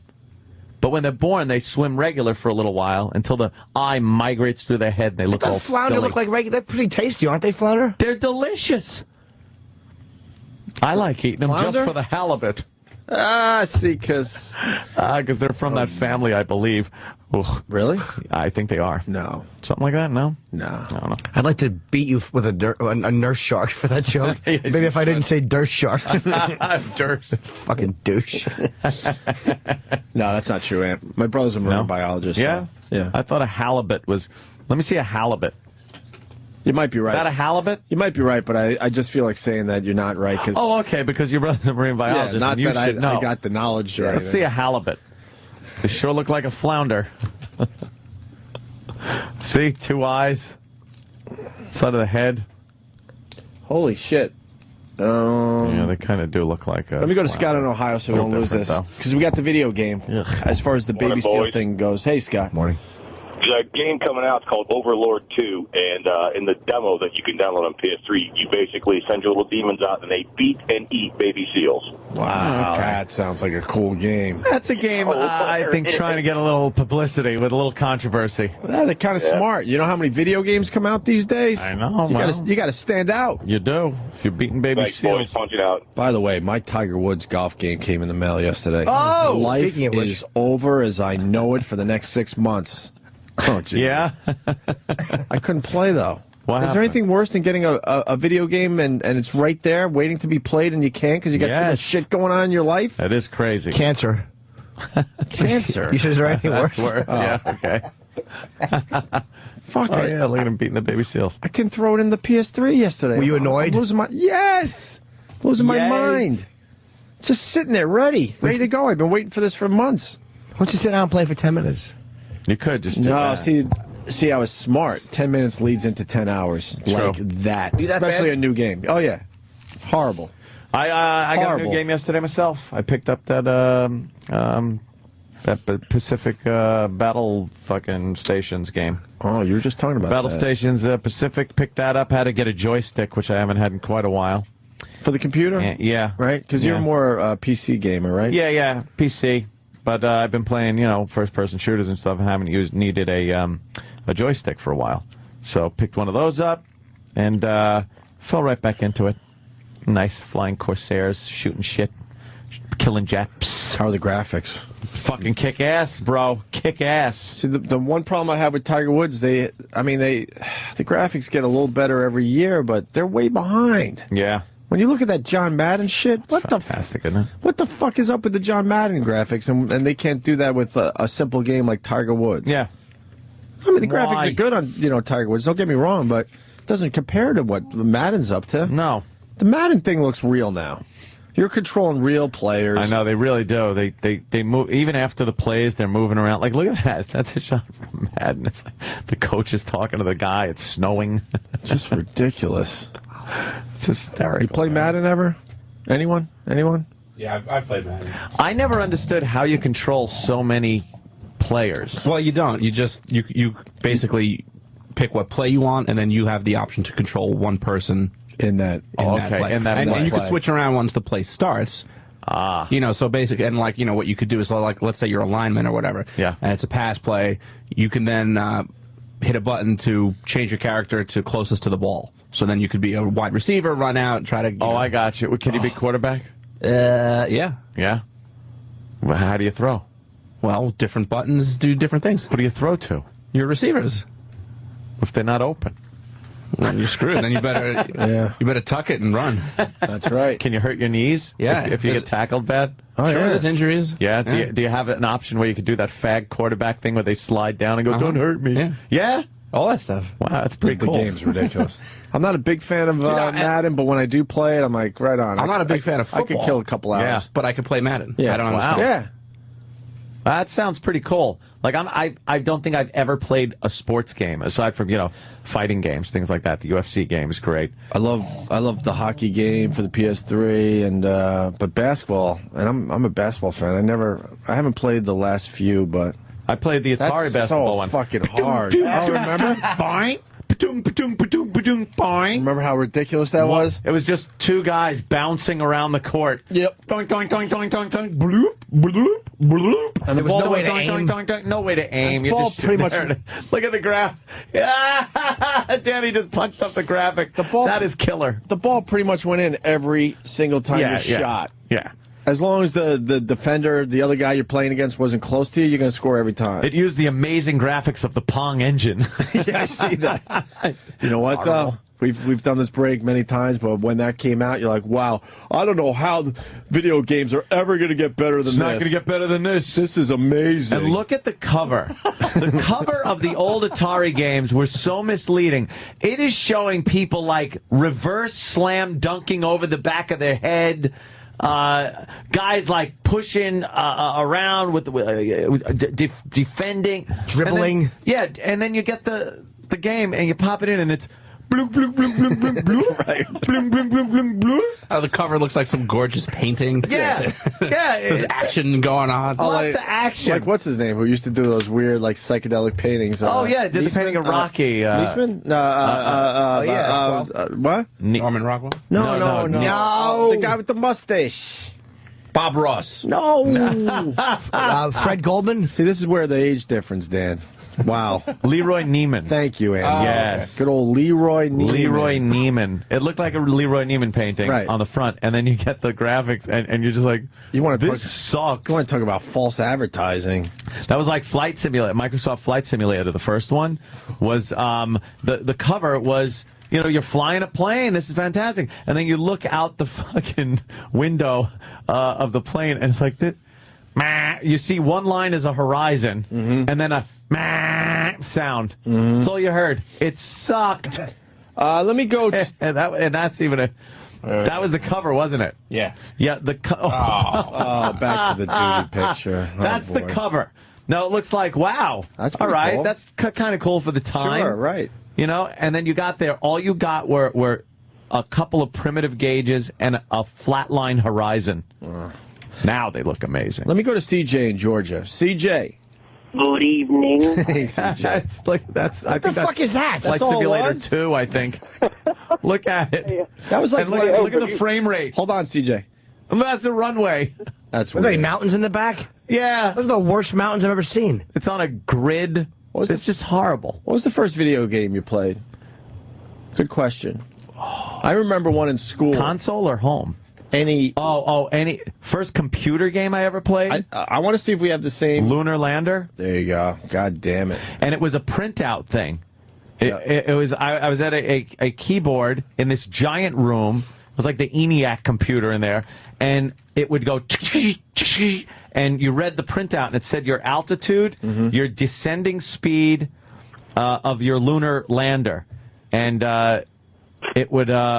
And the key was you had to slow down the spaceship so it doesn't crash on the moon, but as you slowed it down, that would suck up more gas, and if you ran out of gas, then it would really crash. Right. And that was the whole game. That's all. And I got no one could do it, and I got so excited because at one point it said to me, it goes, "Congratulations, you have landed on the moon." And I'm like, "Yes!" And it said, "You have left a crater 1 mile wide and half a mile deep." And I'm like, "That isn't very nice." I think I saw a graphic though when I played it.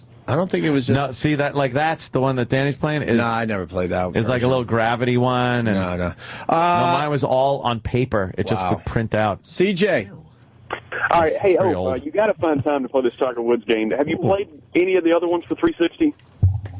No, I'm a PS3 guy. Oh, well, it's the same thing. It has become a completely different game. They've changed the putting system around, and every time you do like a Tiger challenge, you get to actually see Tiger do exclusive interviews on when he was in the tournaments and what he was thinking and shit. It's awesome, man. Yeah, I heard with the Tiger challenges this time around, it's actual shots from the PGA, like amazing shots that you have to now reenact. It's gone from Tiger challenges to tournament challenges. I mean, before you were playing professional golfers that couldn't hit the ball 240 yards, so it was kind of unrealistic. Right. Tiger challenges his wife taking him home and explaining to the parents. Oh, and by the way, the first game I ever played, Ant would probably like this. It was on a old Mac computer, and you were playing a soldier in a turret shooting other soldiers that were storming the beach. Oh, yeah, that's pretty good. What year? All right, punch it out. Sounds like shit. Yeah. I bet it sucked. I bet the box looked great. Let's say hi to Vinny in Jersey. Vinny. Hey, yeah. Yo. Hey. PETA actually did an online thing with World of Warcraft where they had people come in their special room and kill hordes of seal killers that they created for World of Warcraft. Oh, really? It was gay. It was yay. Peter's guys. And I don't think the World of Warcraft world was too happy about it. They weren't into them taking over their game and doing stupid things with it like that. But don't you think Peter should stay away from our fantasy worlds? Like meeting video games and all that? Get out. Yeah, they don't worry about horses being eaten in Mexico and shit. Yeah, deal with the real issues and leave our fantasy shit alone. You're not going to play it and then all of a sudden go to, Alaska or something and start clubbing seals. I love killing whores in GTA. It's fantastic. But I have no desire to do that in real life. Not even an inkling. Well, maybe a little. Their idea of fun is not my idea of fun. It's like, oh, look, the dog rescue. You got to walk in and unleash a dog who's being mistreated, and then it goes, ruffa, ruffa, ruffa, and it jumps in your truck. Ruffa, ruffa, ruffa. Awful. I think they're working on that game for Nintendo DS. You could can't you have a pet? Oh, yeah, they have those stupid pet things where you got to feed them. And I think E-Rock is a fan of that, or his girl is. It's a game where had a little you gotta pet. You gotta take care of your pet on Nintendo DS or something. Mousy. Nintendogs. There it is. Hey, Nintendogs. what's up, boys? Hey. Yeah, the Nintendo DS guy, and one of them is called Nintendogs, but more on that another day. PETA will never stop. They've done it before. They've done it also with Call of Duty World at War. You would be able to release these ravenous dogs on your Yes. dogs that want to kill you. I hate those dogs. Yep. And PETA had this whole thing about, you can't kill these dogs that are trying to kill you. Really? It's a video game. Come on, get over it. You know what sucks about that the dog option in that game? The dogs can kill you faster than a guy with a machine gun. Yeah, like the dog bites you twice and you're dead. The worst part is when all the dogs would kill you and he could unleash even more dogs. Yeah. Yeah, unleash dogs. Jimmy, it's great. Jimmy, when you coming to Birmingham to do a show? To where? The Tiger Birmingham, Challenge. Alabama. I'll actually, my goal, I want to have my agent line up a bunch of cities I've never been to. That's my goal. Up to the south. Yeah, I love you. Can't wait for you to come out here. Thank you. I'd like to go to Birmingham, Alabama. I'd like to go to Oklahoma. A couple of weird places I've just never been to. That's a great idea. It's nice out here. It's not like what you think. It's really nice. But don't spread the word because too many Northerners will come out here. All right, Mousy. Thank you. Bye, Mousy. All right, punch it out. Peace. Mousy. The show's going to get really busy because we got Jimmy Fallon calling in to pump up our appearance on his show tonight. Yeah. And we got David Attell stopping by. Ooh. Yeah, I saw him here yesterday. Yeah. He could have just done both shows yesterday. Maybe he had... it's all good. Whatever. Dave's an alcoholic. He's lucky he's awake.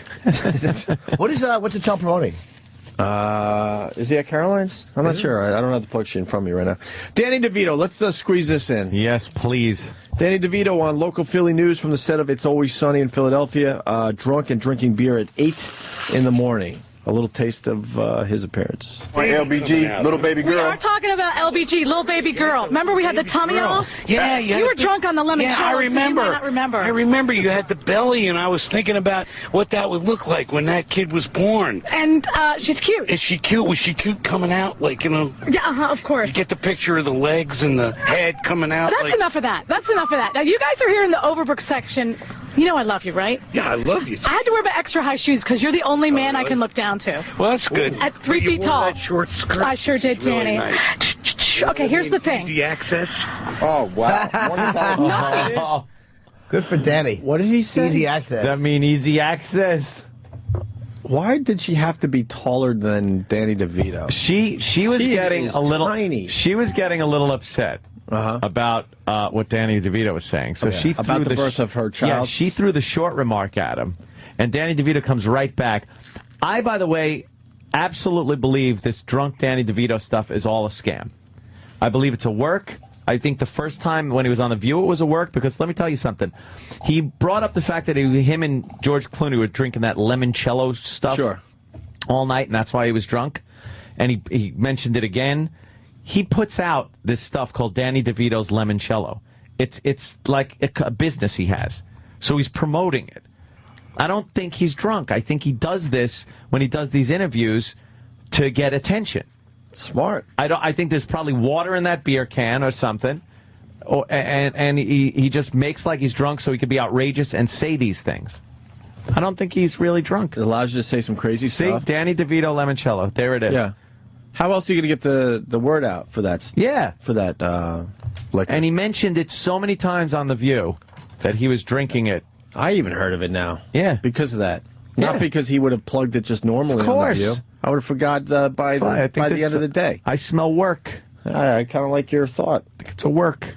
Here we go. Well, he belches. It's real. He's belching here. What's work? Well, we're trying to keep it clean. We're classy fellas. He's drinking. Yeah. What time is it? Philadelphia's just waking up, all right? We're trying to, we don't, no, come on, man. They're having their breakfast. Yeah. Oh, you know it's not real beer. No, of course not. Crying out loud. Smells like real beer. You're filming a scene for the hit Fox show, It's Always Sunny in Philadelphia. Look at that. The sun's And out. it's Look at sunny. how We had beautiful. Armageddon storms yesterday, but today we brought the sun out. Thank you. You're here in the Overbrook section, and I have to tell you, coming around the traffic, you would never even know that you guys are back here in this neighborhood. You're basically behind St. Joe's. We're tucked away. Yes. Nobody will see us. You've been filming all week in We the can city. do anything we want. You are so naughty. You'll never. That's why I love you. I love you. I love you. Nobody will ever find out. Now listen. Is it hard filming with him? Yeah, you're looking at it. I don't know if that's a work, dude. I think it's a work. I don't see him. He's on the set drinking beer at 8 in the morning. Yeah, he's on the set drinking beer. Just stop. It's so unprofessional. Right. No one would put up with Danny that. DeVito is a successful guy. He probably drinks his face off when the day's done. Yeah, but Danny DeVito liked this show and said, could you write me into it? He is by far the reason this show is on. He's a huge star on the show. Like, he can just do what he wants. Yeah, but I don't think he would want to drink beer at 8 in the morning on camera like this. It's a very unprofessional thing to do for somebody that's that successful and apparently responsible. He owns businesses. He's a director. He's done some very good work. Acting lessons, dancing lessons. I don't know. I'm not buying it. Not buying the whole act. You know that John Wayne would have been 102 today? Who? Casey? Dude, can we hear the Letterman audio too? I haven't heard that. No, we can't. You want to feel old?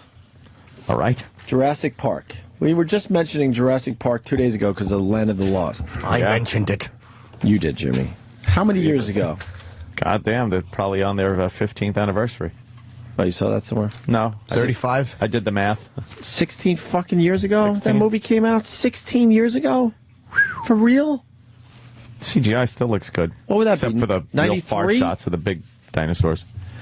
Yeah, I remember because I was not yet in radio. I was still knocking tin.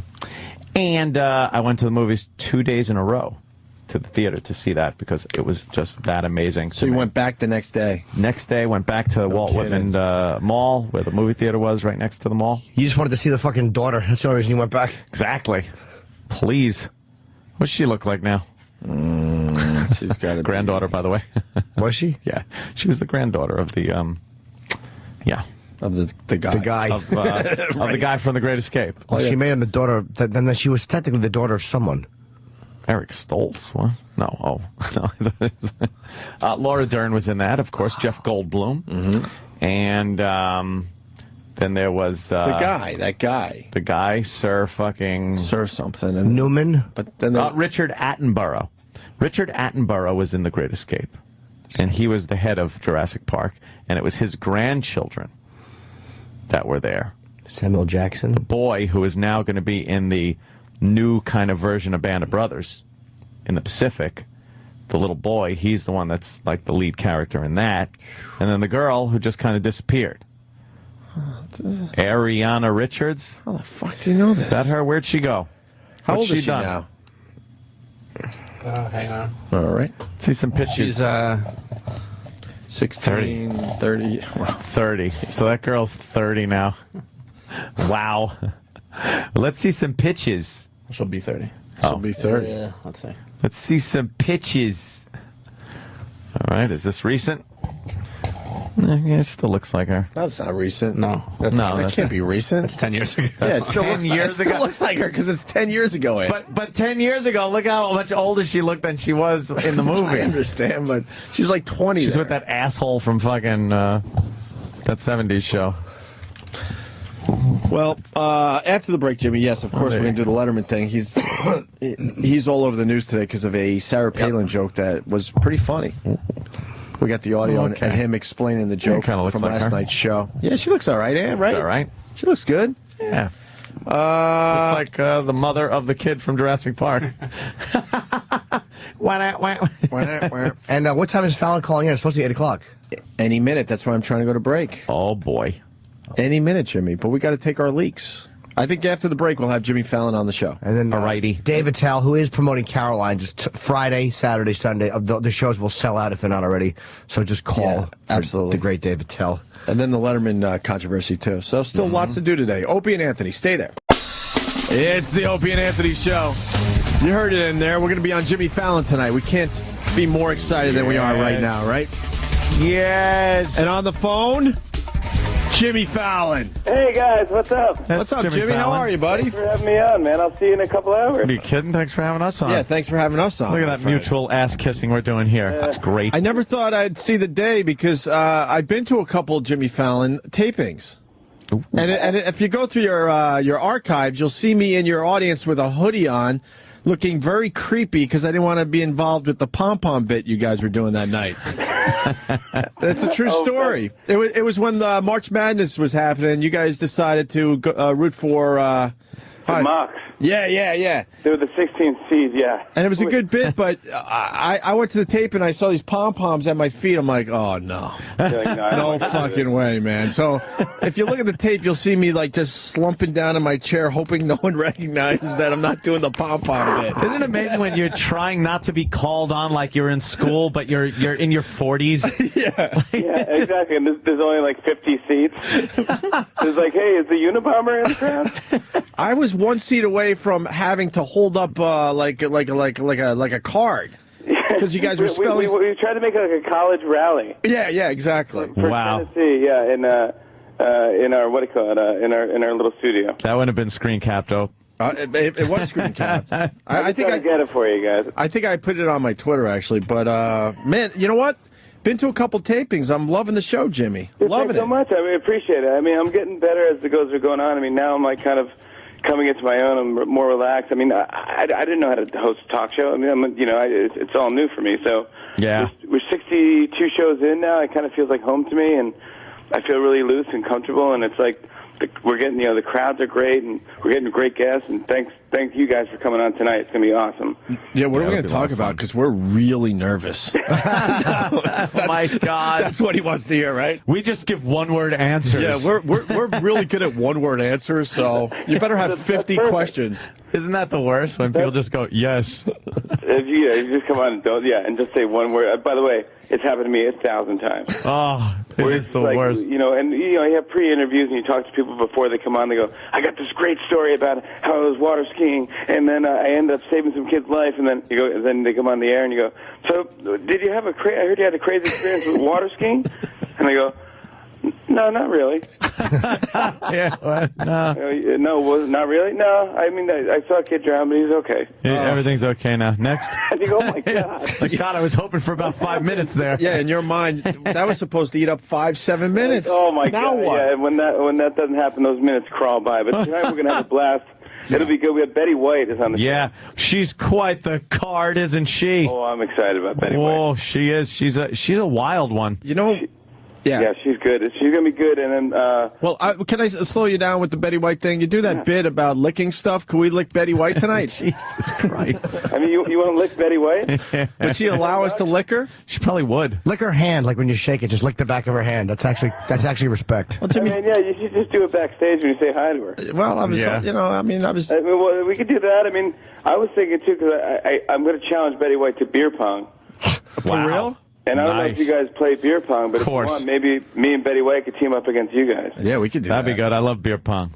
Really? Oh, of course. Yeah. Then you Who got doesn't too play much of an beer pong? advantage on me and Betty White. Love that. It is pretty sick, though, like when you play beer pong and the ping pong ball goes under the refrigerator at someone's house and they dig it out and now it lands in the beer and you drink it anyway. Yeah, of course. It's an easy way to get swine flu. Yeah, it's just, I don't know why you drink the beer with garbage floating in it, but only for beer pong. Because beer kills everything. And then you have that cup, like the wash-off cup. That's the dirtiest cup in the world. Yeah. You're just dipping a ping pong in water, and you go, hey, it's clean. Yeah, now it's clean. It's like, who thought of these rules? My grandma? You could only play that drunk. You wouldn't drink that crap sober. I would see that my grandma would cook stuff in the kitchen and something would fall on the floor.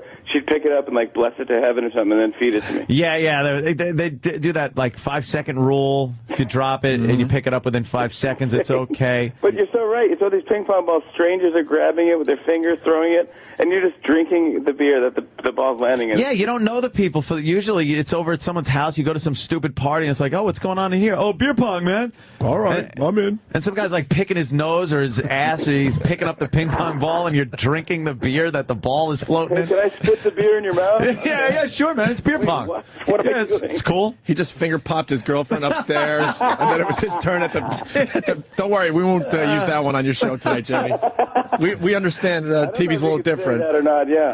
Right. It's an interesting one. We should try the. We could test the limits. We could work out our appearance right now. What do you want to talk about tonight? Yeah, right. Well, you guys can do 2 songs off the new album. Yeah, right? That's what we figured we would do. Well, our pre-interview was great. We don't get to talk to you, but we get to talk to someone that sounded a lot like you. He did. I was going to say, you notice that? I'm like, does Jimmy Fallon do his own pre-interviews? I'm starting to think, wait a minute, I think this might be Jimmy. It was Rob who we know over there, and oh, I love that dude. And now we're did an hour on the phone. It went really well, but now we're wondering which of those things we're going to use. Any of them. Who cares? Run the gamut. Yeah? Yeah, we'll have fun. Honestly, we'll make it it's just fun and easy. And just know that, please, you have an open-end invitation. You can come today. You can come next week. So, just every day. Every day I want you to come on. How uncomfortable would it be if these 2 psychos just showed up once a week? That would be horrible. Hey, look, we're doing an appearance. Can you plug it? Just turn into whores. And we're savvy because we had a really good Letterman appearance. And remember, they came right up to our dressing room. We want to book you immediately for 3 months from now. We've never been back to David Letterman. Letterman, Jimmy? Yeah, right. But they were so gung-ho, like, oh, we got to book that next appearance now. Well, I can tell you right now, whenever you guys want to go, honestly, I'm huge fans, and you guys supported me. See how the first one goes. The show was working and all that stuff. Jimmy, I got a great skydiving story, for real. What? Oh. Yeah. You going to tell that tonight? Yeah, ask me about it. Yeah. All right. I've never gone skydiving. I'm afraid. Setting you up. I'm setting you up, Jimmy. He's so setting you up. Oh, I know. I totally, yeah. He would just be like, no, I never went skydiving. I've never gone skydiving. I'm not stupid. We should do that anyway, just for your fans, just for an inside joke. Hey, is there a music guest tonight? Yeah, we have Martha Wainwright is going to sing Edith Piaf song. Very cool. It's going to be really awesome. She knocks it out of the park, even if you don't know French.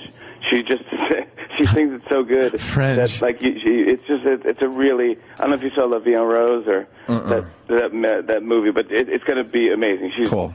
She's sick, and it's going to be a good show. Know what I liked about your tapings? The Roots are just amazing. I didn't know much about the Roots before I went to the taping. I always heard of the band. Yeah. And then I looked them up on YouTube and stuff, and I'm getting into them a little bit, but it's just amazing what they do. They're pretty talented. I mean, they're just, and they're like audiophiles. They just love music, and they just want to do anything, from whatever. They just want a challenge or just like playing. Like, I don't know what they're going to play when you come out. It's probably, any guesses?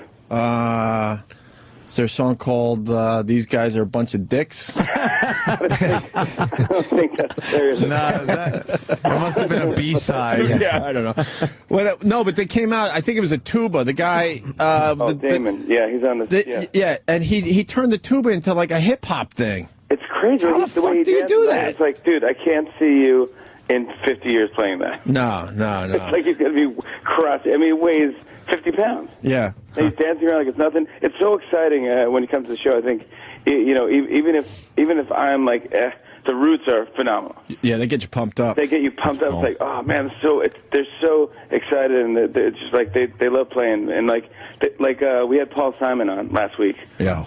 And they they sang Late in the Evening with Paul Simon. Oh wow, very cool. It was so good. It was like, and we had Antibalas, who was this horn section from Brooklyn. And they blew it away. It was the best version I've ever heard. It was so much fun. Like, people just couldn't. It was just, we're so rocking. That's very cool. Can we use your guest booker? Yeah. God, you get some really good guests. Yeah, we got good bookers. Yeah, I mean, we got some good guests coming up. We got Sonic Youth is coming on. Oh wow. Iggy Pop, Tiger Woods. Yeah. Cameron Diaz coming back. When's Tiger in? Tiger's coming on the 25th. Oh, wow. That's a good one. Jimmy, yeah. If you could get me an autographed Tiger Wood golf ball, I'm yours forever. How's he going to sign something so small?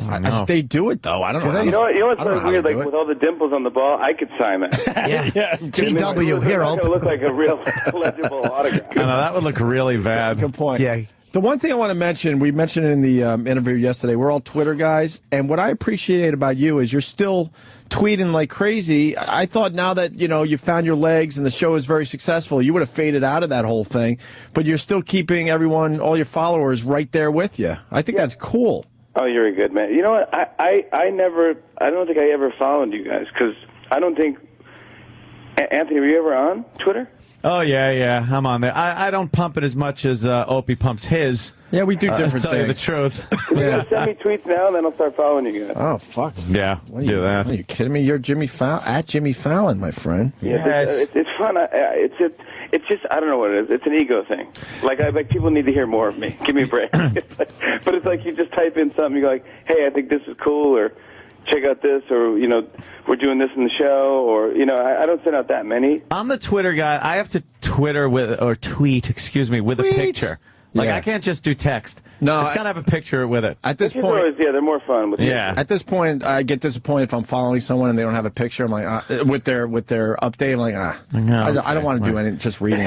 Cooking dinner for the kids. All right. Show what you're cooking. I don't need a photo though. I have interest. I'll tweet sometimes. Like, I was at the diner and my eggs were runny, so I wrote, "My eggs are runny," and I put an exclamation point. People wrote back like, "Wow, that's interesting. What happened?" You're an ass. They love that. See, that's a great one.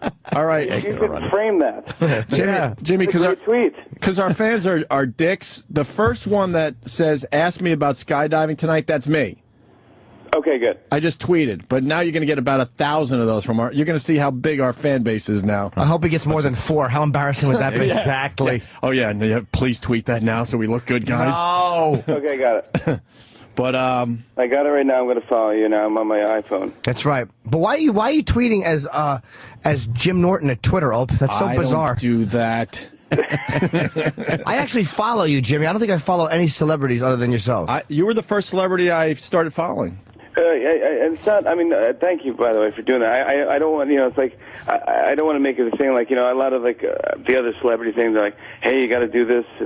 It's serious. What's going on? Let's break 1 million. Let's do this. And it's like I don't use it for that reason. No. Yeah, just kind of enjoy doing it. It's just a goofy entertainment thing. I'm not taking it seriously at all. I only follow 3 celebrities: Jimmy Fallon, Chris Cornell, because he was on the show and he was so cool. I'm like, I got to start following him. I like it, dude. And Kevin Smith. Oh, yeah, I follow Kevin too. And I think that's it. You know who follows me? Huh? Oprah.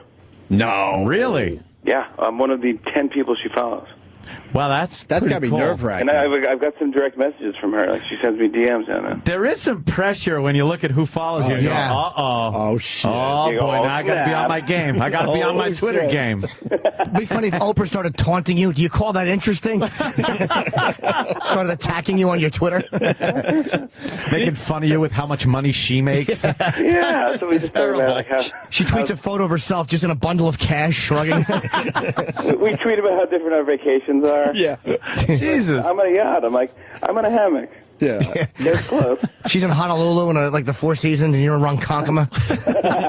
I'm in Lake George. Yeah, doing some stand-up on your downtime. I'm doing Bonnaroo this weekend. Are you? For real? Been to Bonnaroo before? Bonnaroo is this weekend? I've always wanted to go to Bonnaroo. I did that last year. I did sets there. That's this weekend. Yeah. Oh my God, dude. How was that, Jim? Was it fun? Yeah, it's a little weird. Do you know if your shows are during the day or at night?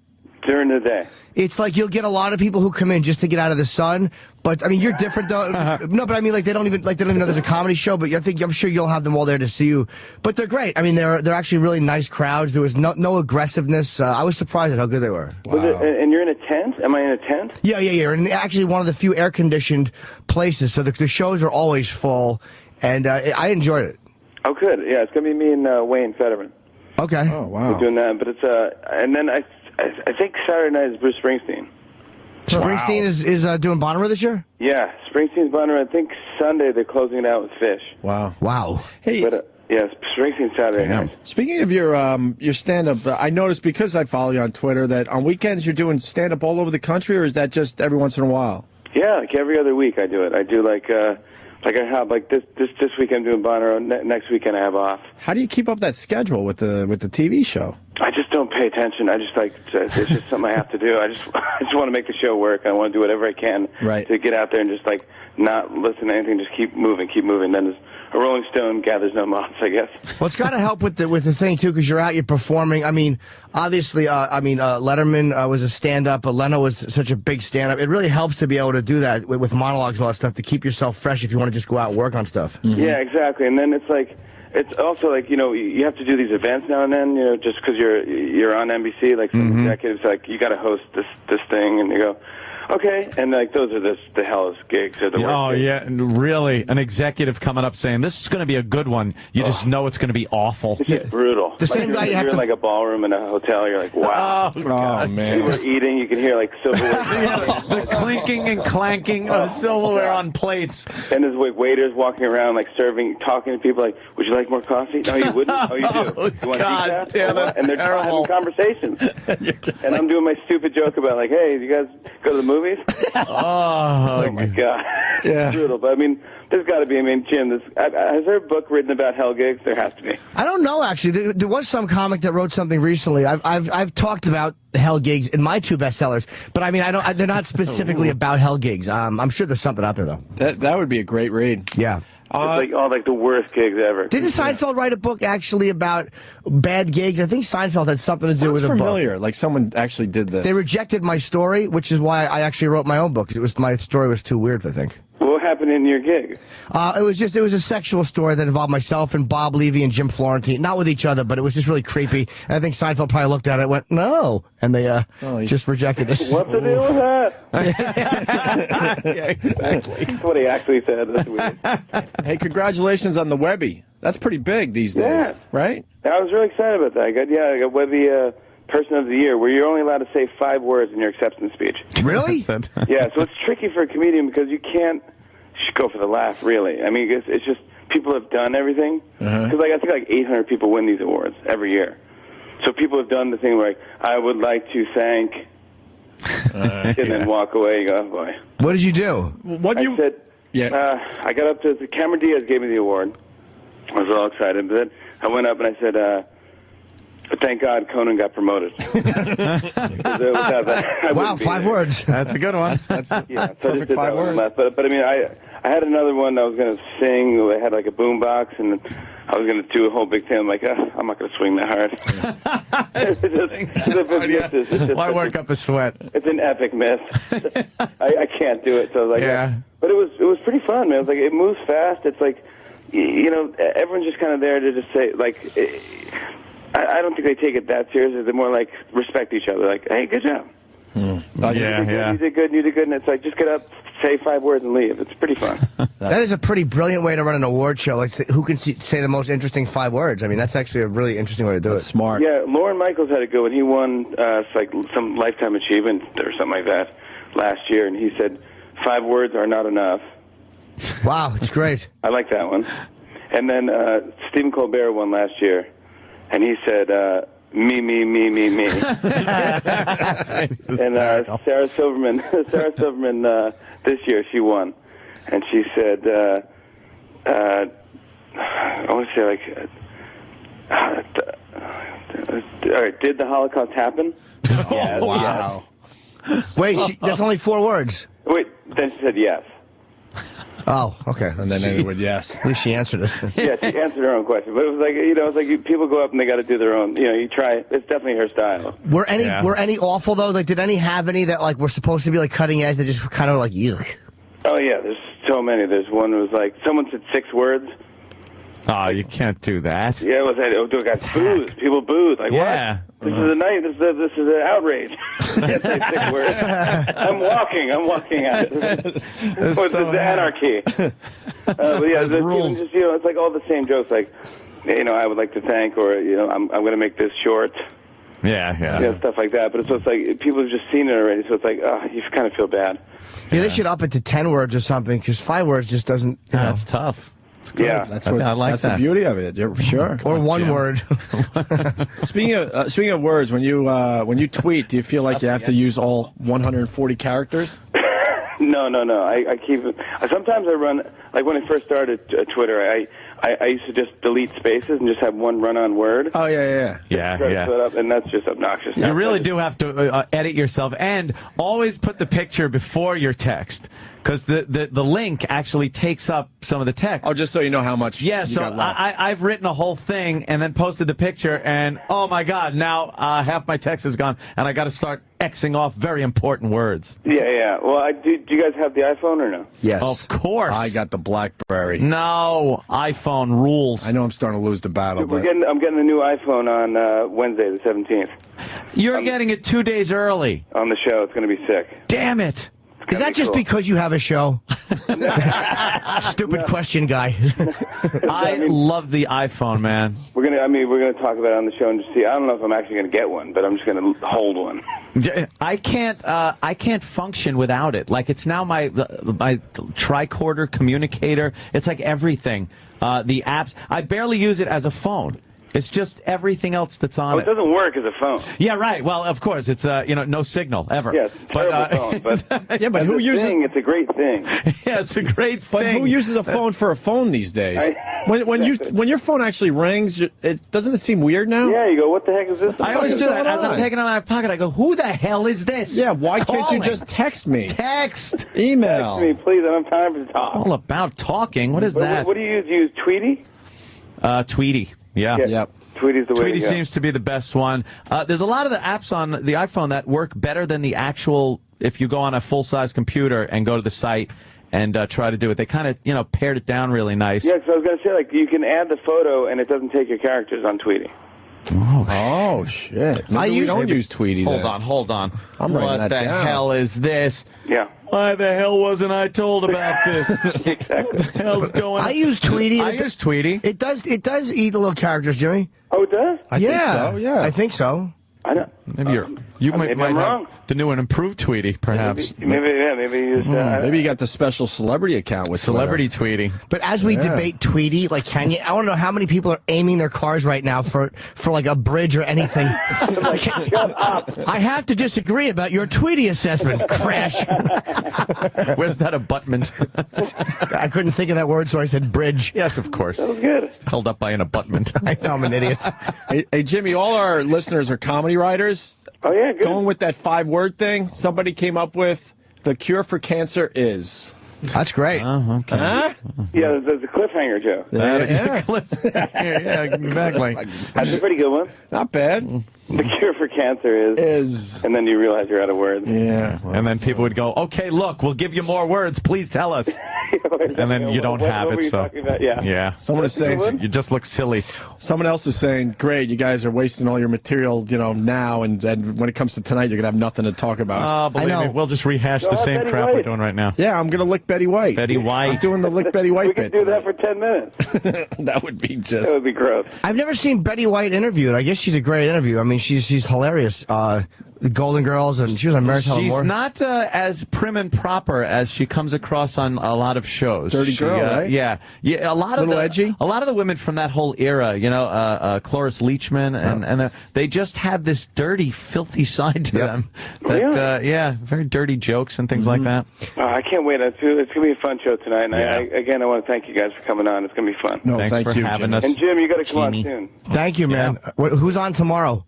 How uncomfortable would it be if I just showed up with my calendar and really started trying to book through you directly? Jimmy, come on!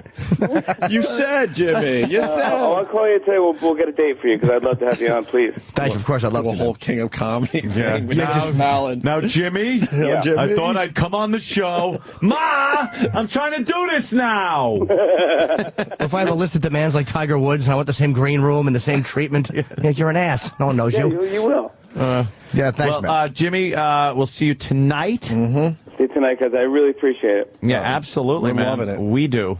It's going to be fun. It's going to be fun times. Well, a blast. Thanks Thank you so much. Thank you, Mr. Fallon. All right, guys. Thanks again. All right, See you, man. man. Bye. Jimmy Fallon, everyone. It's Jimmy Fallon. He just works with this show. Yeah. He can I just know. go with the flow. Just I love hang. that. And there's someone that's actually, like, they didn't give him the gig, and he's just kind of sitting there going, all right, we'll see how this works. The guy's out there making this work, Right. A lot of guys get fucking lazy. Mm-hmm. They just plop him in the seat and, hey, well, it didn't work. What do you want from me? No, he's a hard worker. Out there doing, like, comedy and shit. And then, but I could just imagine these corporate guys coming up and going, yeah, we got this great opportunity. I think it'll be good for the show if you go to this corporate gig we got going on. And Most of the guys we talk to, though, they say the corporate gigs, they hate doing them, but the money is ridiculous. Yeah. Right, Jimmy? Yeah, I don't. Well, I never get booked at them. yeah, you're too filth-ridden. Hey, Steve, could you? Dave is here, so let's tell Steve to grab him. Oh, don't you have a clean set that you could throw at these people? Nah, I mean, I can do a few minutes on. Use your old original set. Yeah. With Chunky Monkey. You know, why don't we do this? 'Cause David Tell's walking down the hall. Why don't we do one quick break, Danny? Take some leaks, reset, so we could, have a solid hour with David Tell next. Does that sound good? Alrighty. All right, cool. Let's do that. Opie and Anthony.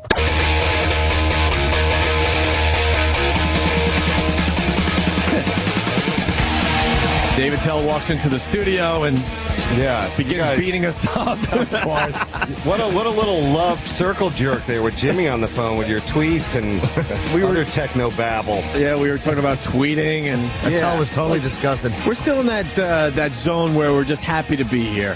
What about writing it on a piece of parchment, handing it to a slave, and hoping for the best? Huh? What happened in the old days?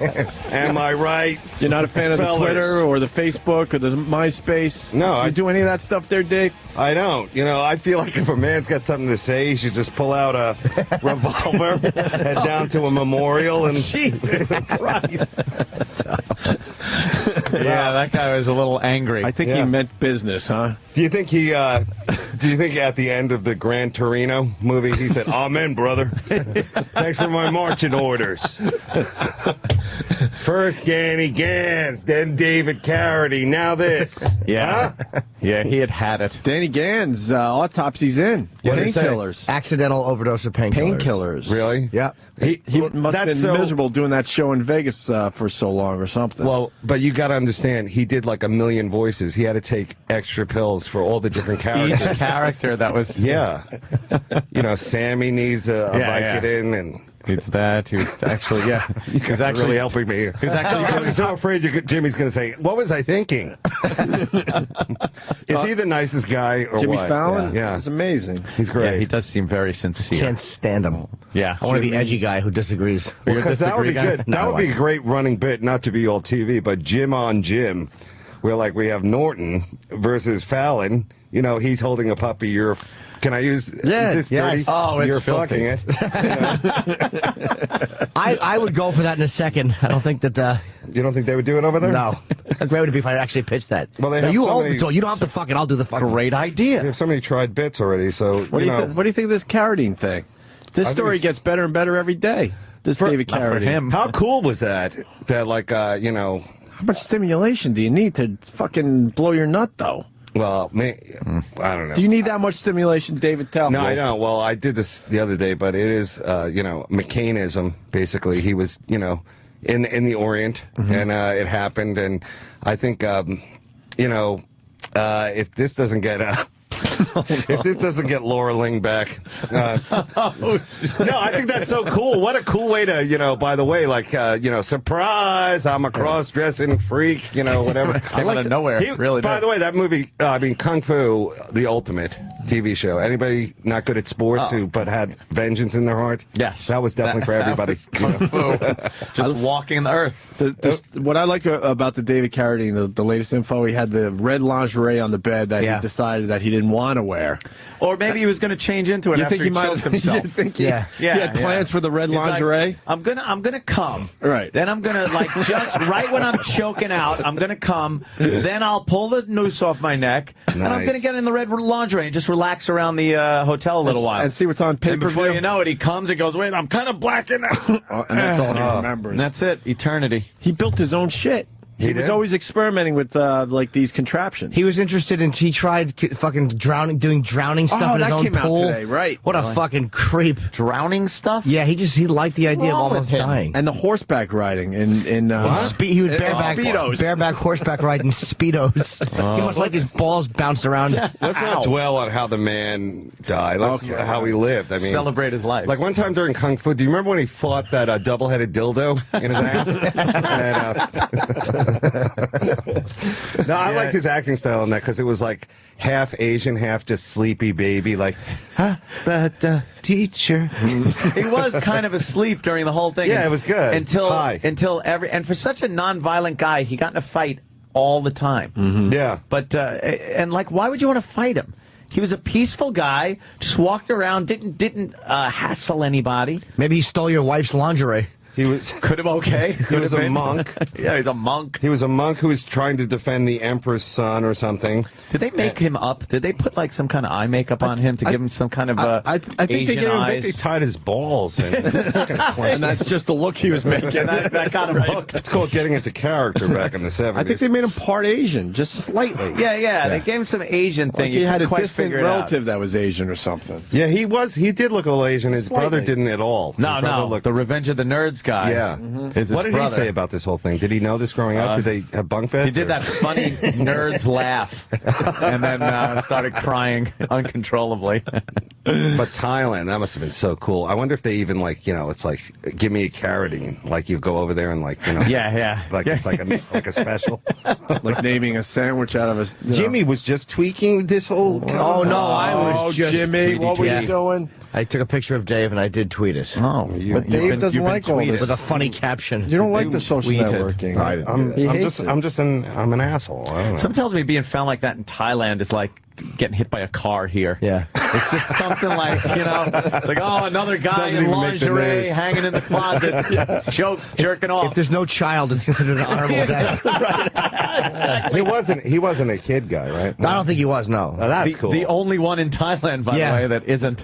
Yeah, he'll be worshipped as a god now. He actually liked adult pussy. That is really Why else cool. would you go to Thailand? We've had this discussion on our show many times. And then the listeners will call up and go, no, they got nice beaches. You know, it's so You're sad. not going there for the beaches. All the actors that could play him have already killed himself.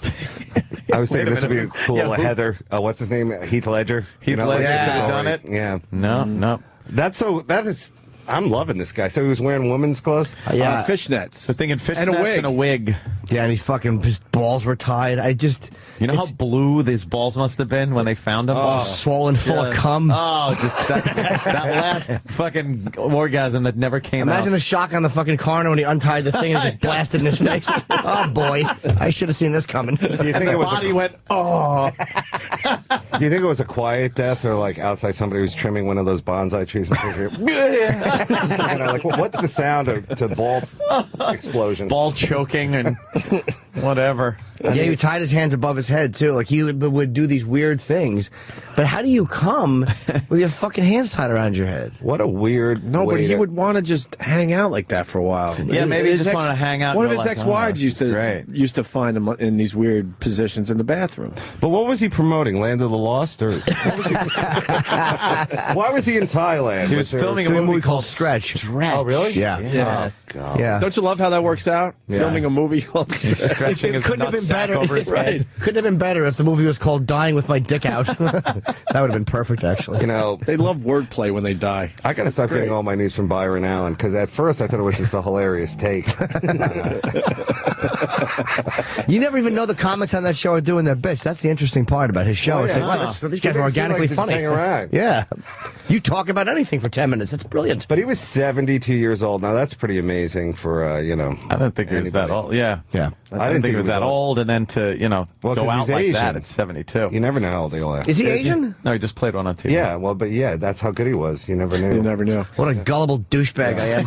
He's joking. I'm like, for real, Dave? At least he died doing what he loves. I mean, come on. Yeah, he really that's did. What we all Jerking want. off with a rope around your we balls. hate that saying. That definitely wasn't the first time. Like, you got to know what you want. Like, he's tried other things. That isn't, delving into something. That is committing. You've been there for quite a few years. If you pick up the paper, there's a sex shop in L.A. He went in there constantly, and he has some stuff that's coming in that he ordered. That he ordered? And the lady's like, it's a shame he'll never get to pick He this never up. I know what it is. But everybody wants to know what the fuck I know what it is. What? These it's boxes. an emergency take the ball gag off my something throat device. Yeah. Written in Taiwanese or something. It's going to be forwarded to Thailand. He got it shipped UPS ground. That's why I didn't make it. It's a fortune his, cookie that says a case. What is like this? the tats would be known. An What the fuck? autopsy. Where is the Sully of ball tying to save him? Yeah, he should have been the kung fu of ball tying and known exactly how to do it. Can you imagine, like, just running in there? No time to explain. There's a guy tied up balls. Oh, Carradine? We know him. Yeah. Is that an autopsy photo? It's let me see it. supposedly the autopsy photo of David Carradine, but it doesn't show his face. Yeah. It shows the old staples down the. But you can match up the tattoos, no? Those are his tats? If they're his tats, I don't know. Maybe Do we really need an Photoshop autopsy? I mean, people pretty much know what happened. Exactly. Well, Boden's going over there. Well. Boden's going to L.A. to do the second autopsy. Probably to see if he had any fucking, drugs in him or if there's, strange person's semen in him or Why something else. send Boden? Why not? Boden loves that stuff. Lives for death. Dave, we had Loves celebrity death. We had Michael Boden on the show. You ever see him? He had that HBO Autopsy. show called Autopsy. Oh, he's great. He's that Yeah. morbid guy that just talks about He it. We loves saw by death. looking at the stomach contents that she had died 12 hours before. Or the flies. It's always like the flies will hatch. And They lay maggots in the wounds. Oh. My God, He guy's a fucking gets ghoul. so excited about death. Did he When have like talks about it. tidbits like, Oh, other- yeah. Funny story, I'm fucking a cadaver. And it locks up around my dick. The phone rings. We should tell people that David Tell's going to be at Caroline's. These shows got to be sold Yes. out. I don't even think you need to be here, Dave. Tonight? In this economy, fellas. Oh, really? Right? Come on. Friday, Saturday, Sunday. It's Friday 2 shows, Saturday 3, and then Sunday 1. I'm They're there with Jay. Caroline's. with Jay Okerson and Louis Katz. Do you know Louis from San Francisco? Yeah. I like Louis, man. He's funny. Louis is Crossroads very... of the lounge chairs. What? Just Times Square. Yeah. Fucking assholes. Oh, remember we were talking about this? I was watching Ovation last night. What's that? It's usually the warning sign that you're gay.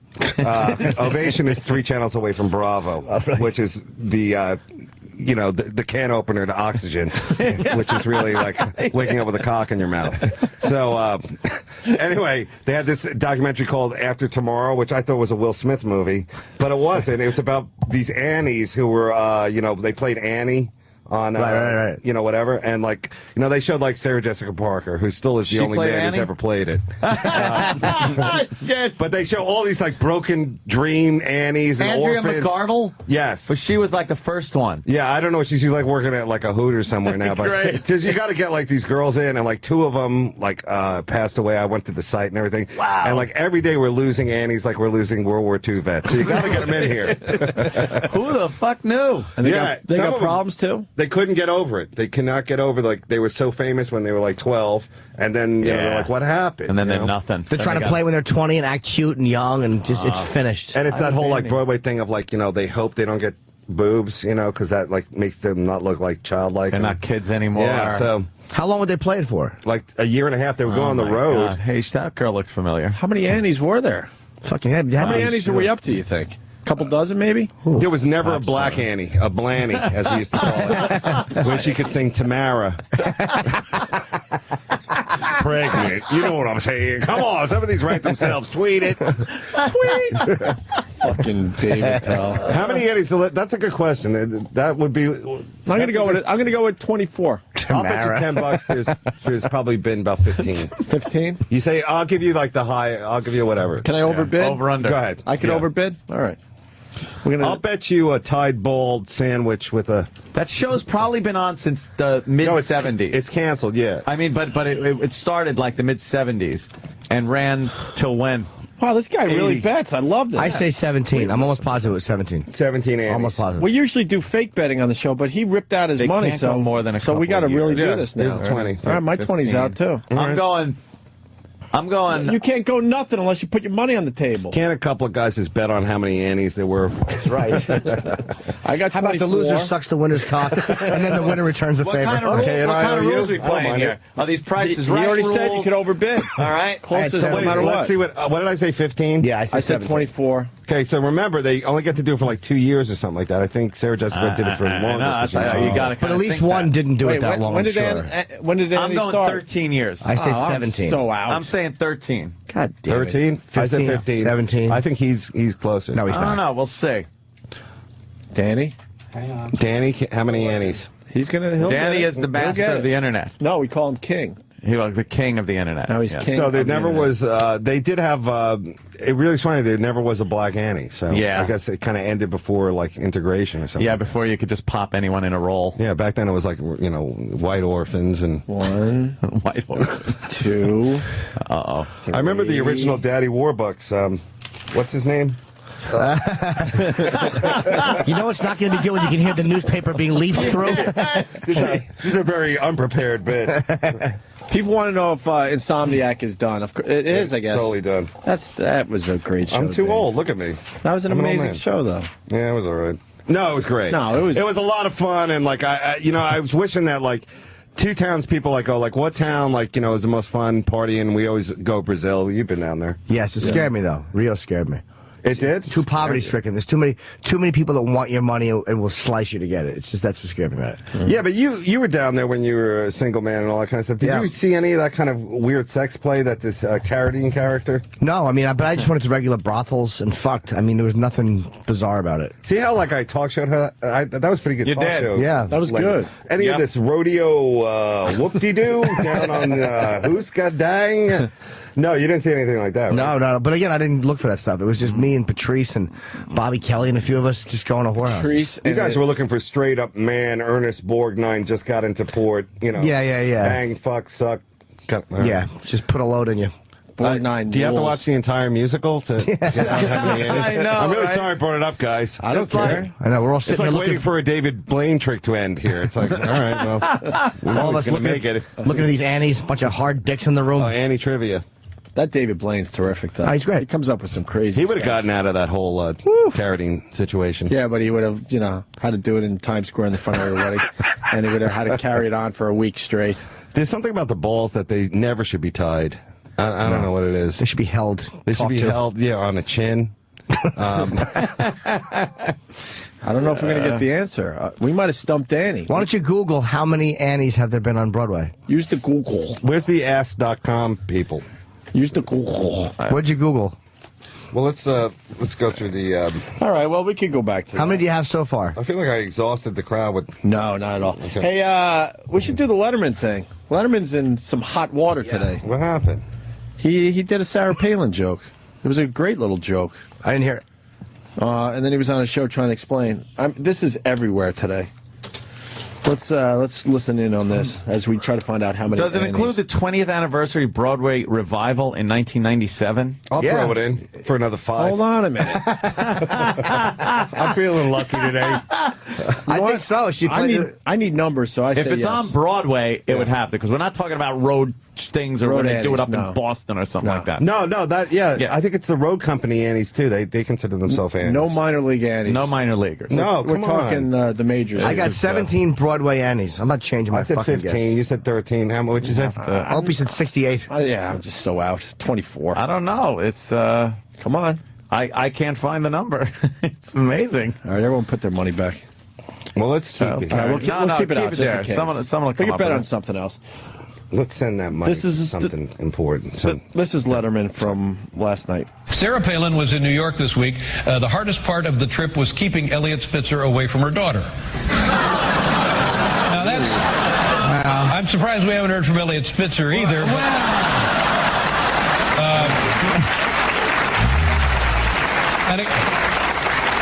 Now, I'm not necessarily proud of these jokes. I mean, we do stuff all the time, and our objective here is to get a laugh, and thank God, we don't have to go to The Hague before the World Court to defend them. It's a joke. That's all it's supposed to be. That's what this is. Now, here's the other joke they're upset about. Sarah Palin went to a Yankees game yesterday. There was one awkward moment during the 7th inning stretch. Her daughter was knocked up by Alex Rodriguez. Oh, good joke. Good line. The fuck? It's a sports joke.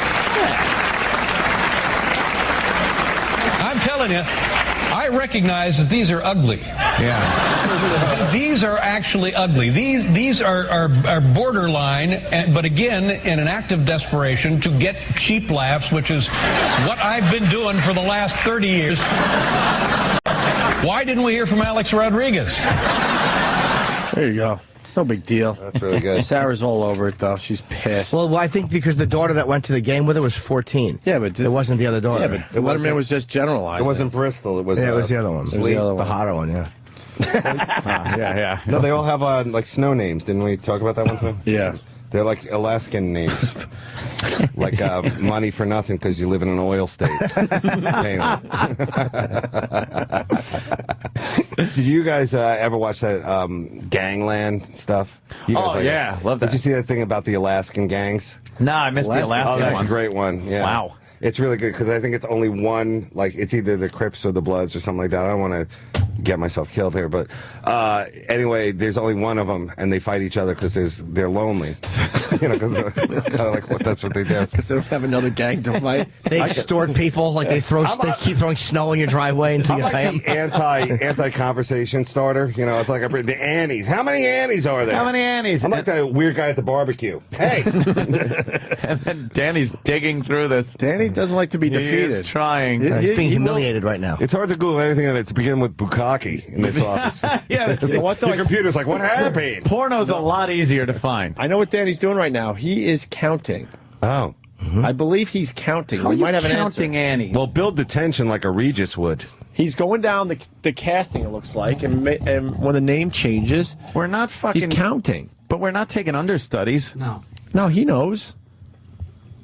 How many you get japped out of this? I'll give you half my money if you say 20. I think it's a really long list. Well, yeah, it's really long, and I'm trying to go through it, and I gotta omit all of the understudy Annies. How many you up to? They should put them all on a wall somewhere. You're only up to 2?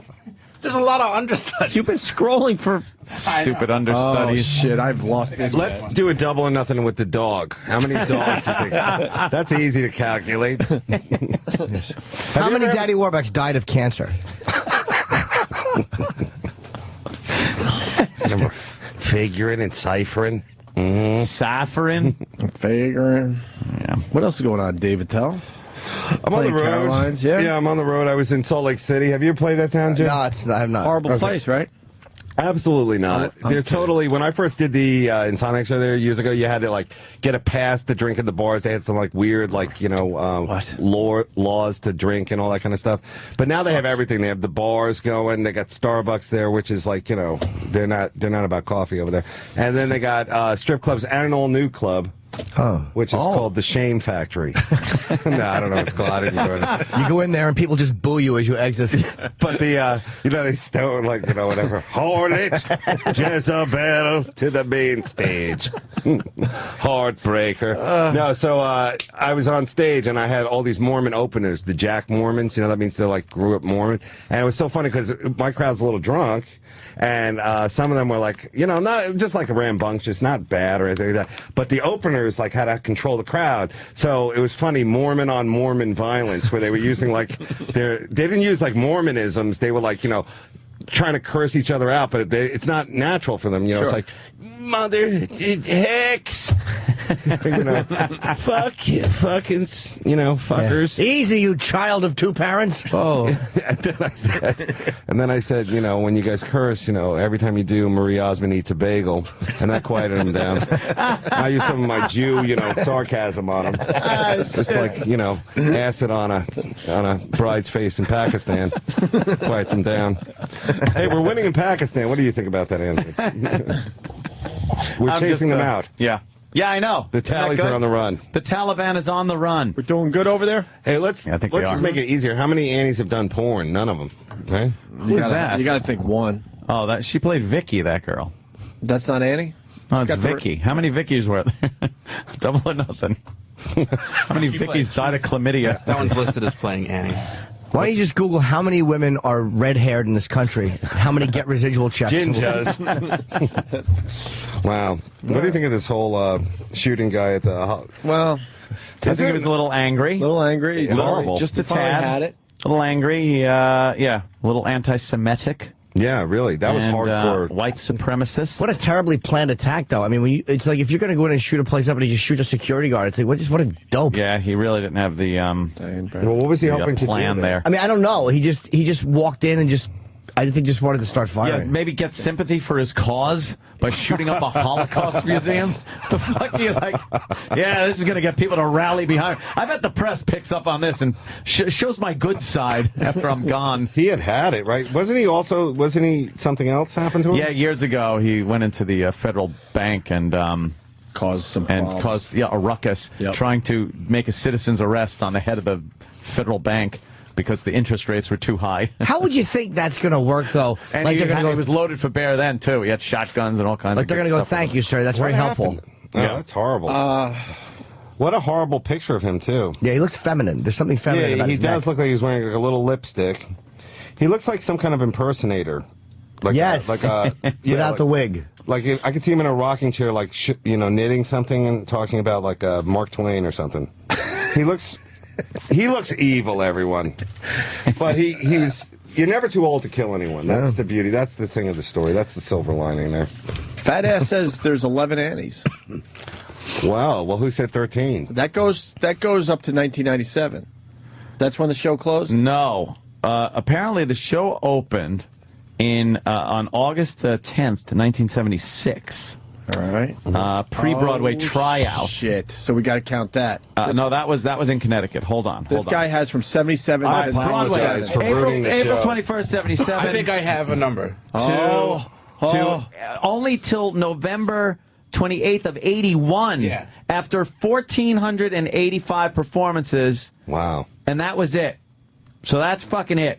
What are you talking about? Then there was a revival on 98 from 28th February, September 98 to February 99. Sorry, I've seen it at least 17,000 times. Narrator, blah, blah, blah. She wanted Annie. She was one of the last girls to perform the role. Who was the last Annie?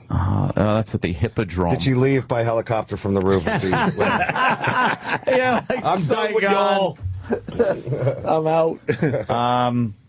Danny, what number do you have? For the original Broadway play, this is not including the revival. Get close to 24. It's not. Yours. It's nowhere close. What was it? The number I've come up with, I don't know if there might be more. I said 6. Can I change my number? No. I said 13. I know. I said 15, and I'm sticking I now with it. say 12.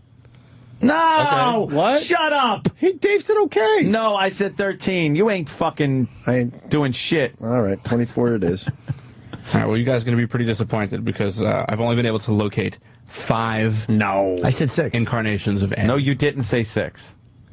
Don't try to fucking jap me. I'll fucking... Right. There's only 5 of them? From the original play, yeah. I mean, there's a bunch of understudies and alternates, but... let's count the understudies. 5. Let's see. Broadway, original. Andrea McArdle. Yep. Reed Shelton. No, that's Daddy Warbucks. Hold on. Andrea McArdle. Shelley Bruce. Yep. Sarah Jessica Parker. Yep. Allison Smith. Yep. And Allison Kirk. Yep. So those are the 5. And then the revival...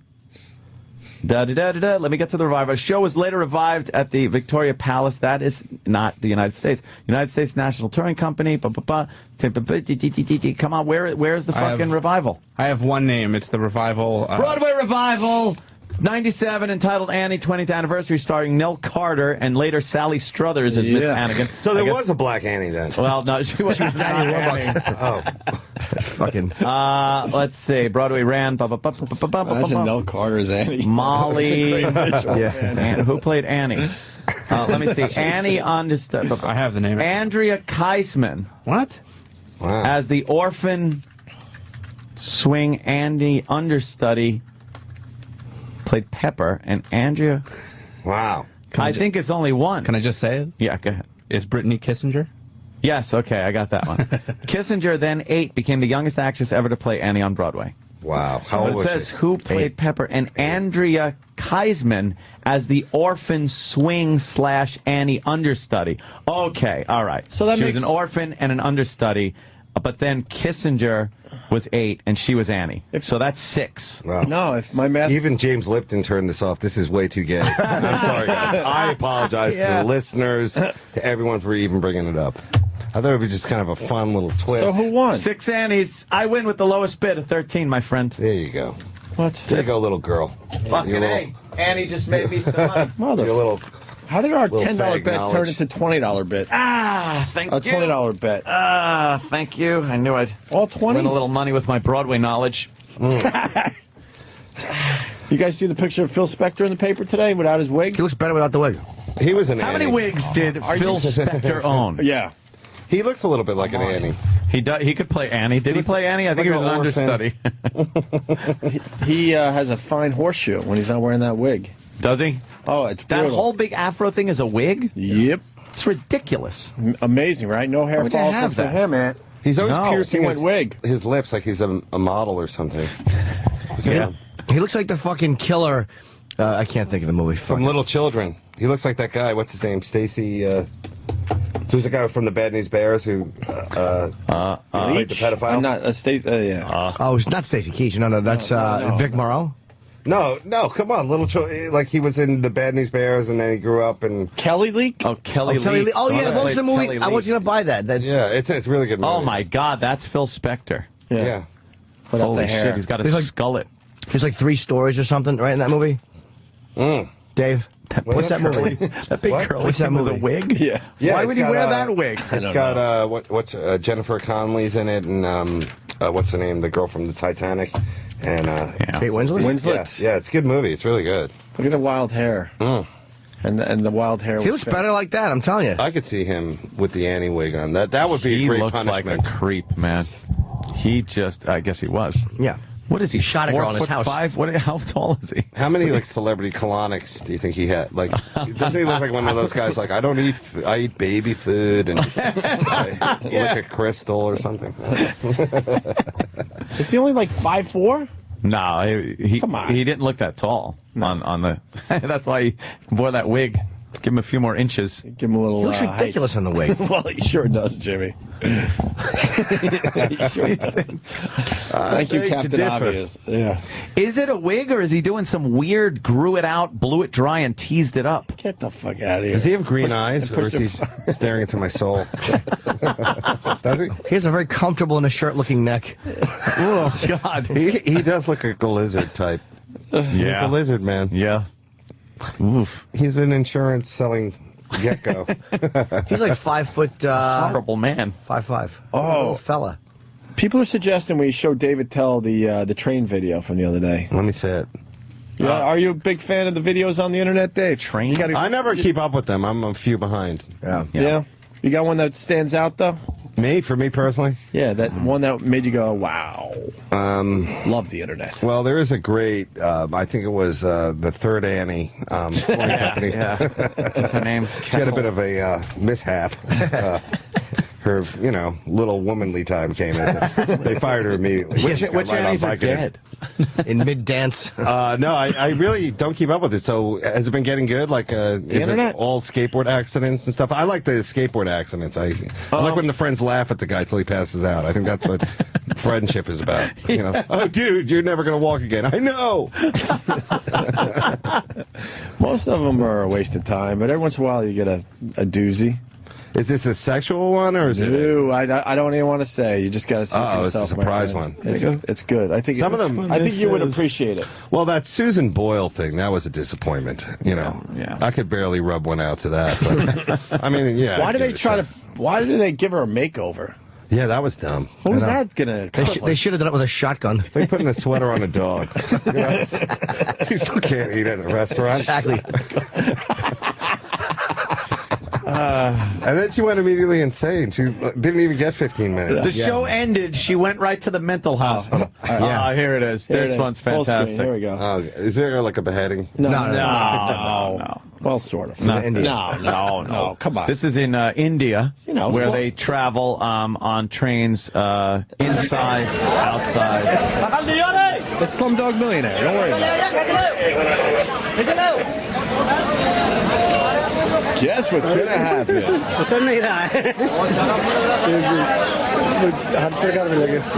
it. Well, this is just the beginning. Wait for it. All right. This guy's like, hey, let me on. I got a ticket. Oh, jeez.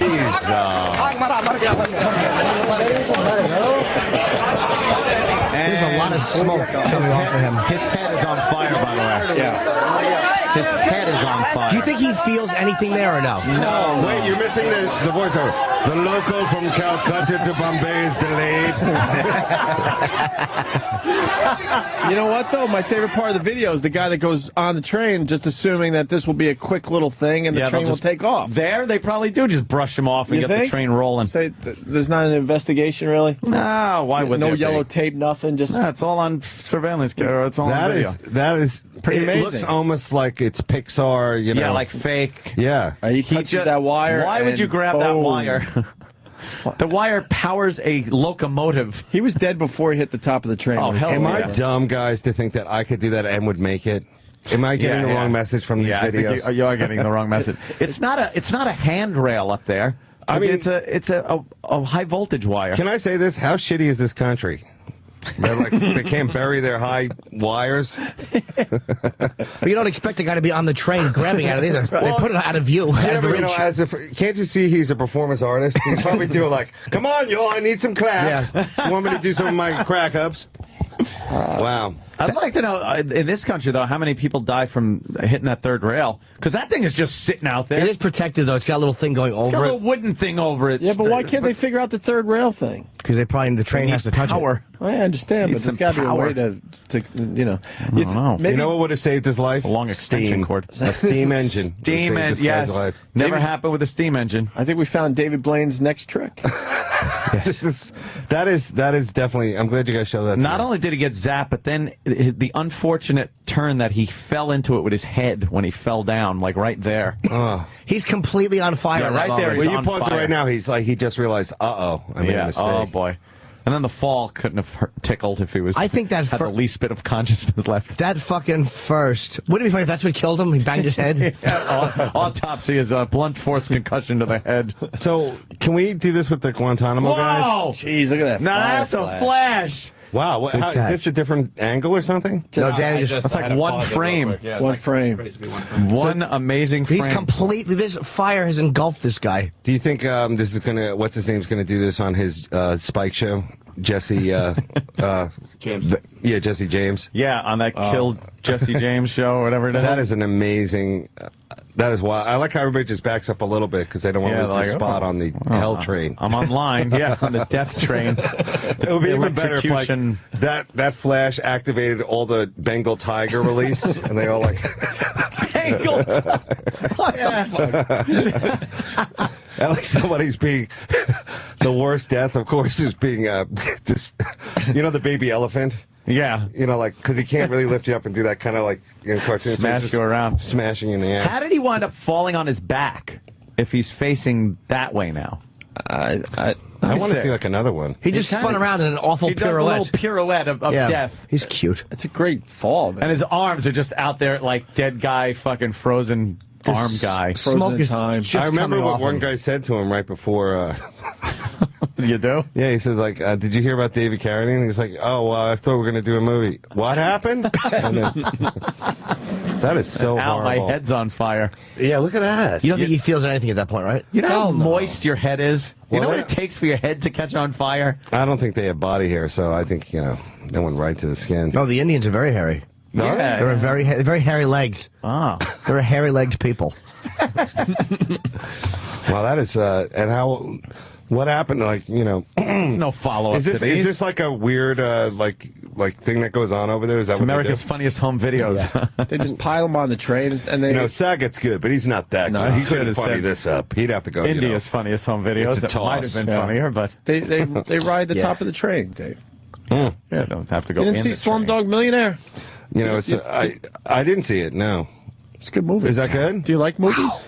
I like movies, but I'm not really a fan of India. Like, I never wanted to go there as a kid, and I think like it just smells like just smelly, like sad smells, like burning people on a train. Burning train people. The food smells awful. Yeah, curry. A lot of no. I curry. like the people, but I really don't want to go. Like, my brother was there, and he said like they have the weird like panhandling, not like in the city here where they all have a joke and a sign. Yeah.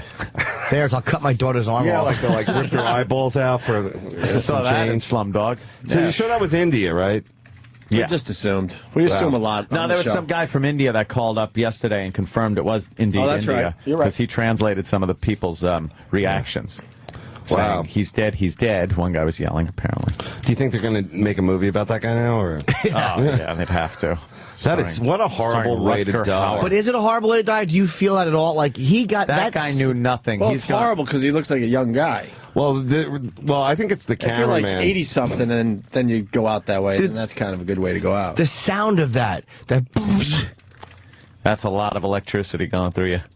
Do you feel that? I'm wondering if you feel that, or is it so instantaneous that had to be instant. That you don't...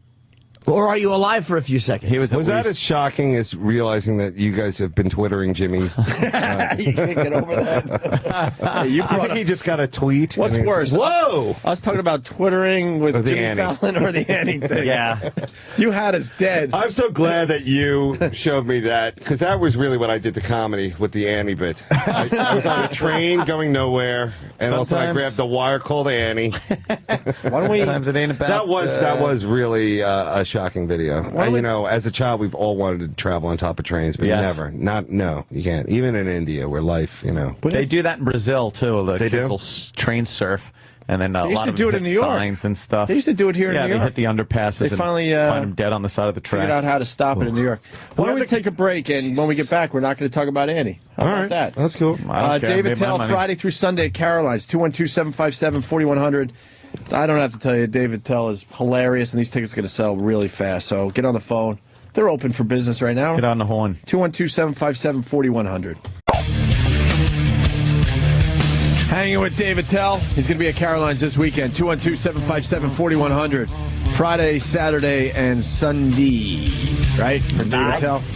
I've gotten a text from Dr. Steve, man, about the explosion. I read this off the air, but I'll read it on the air.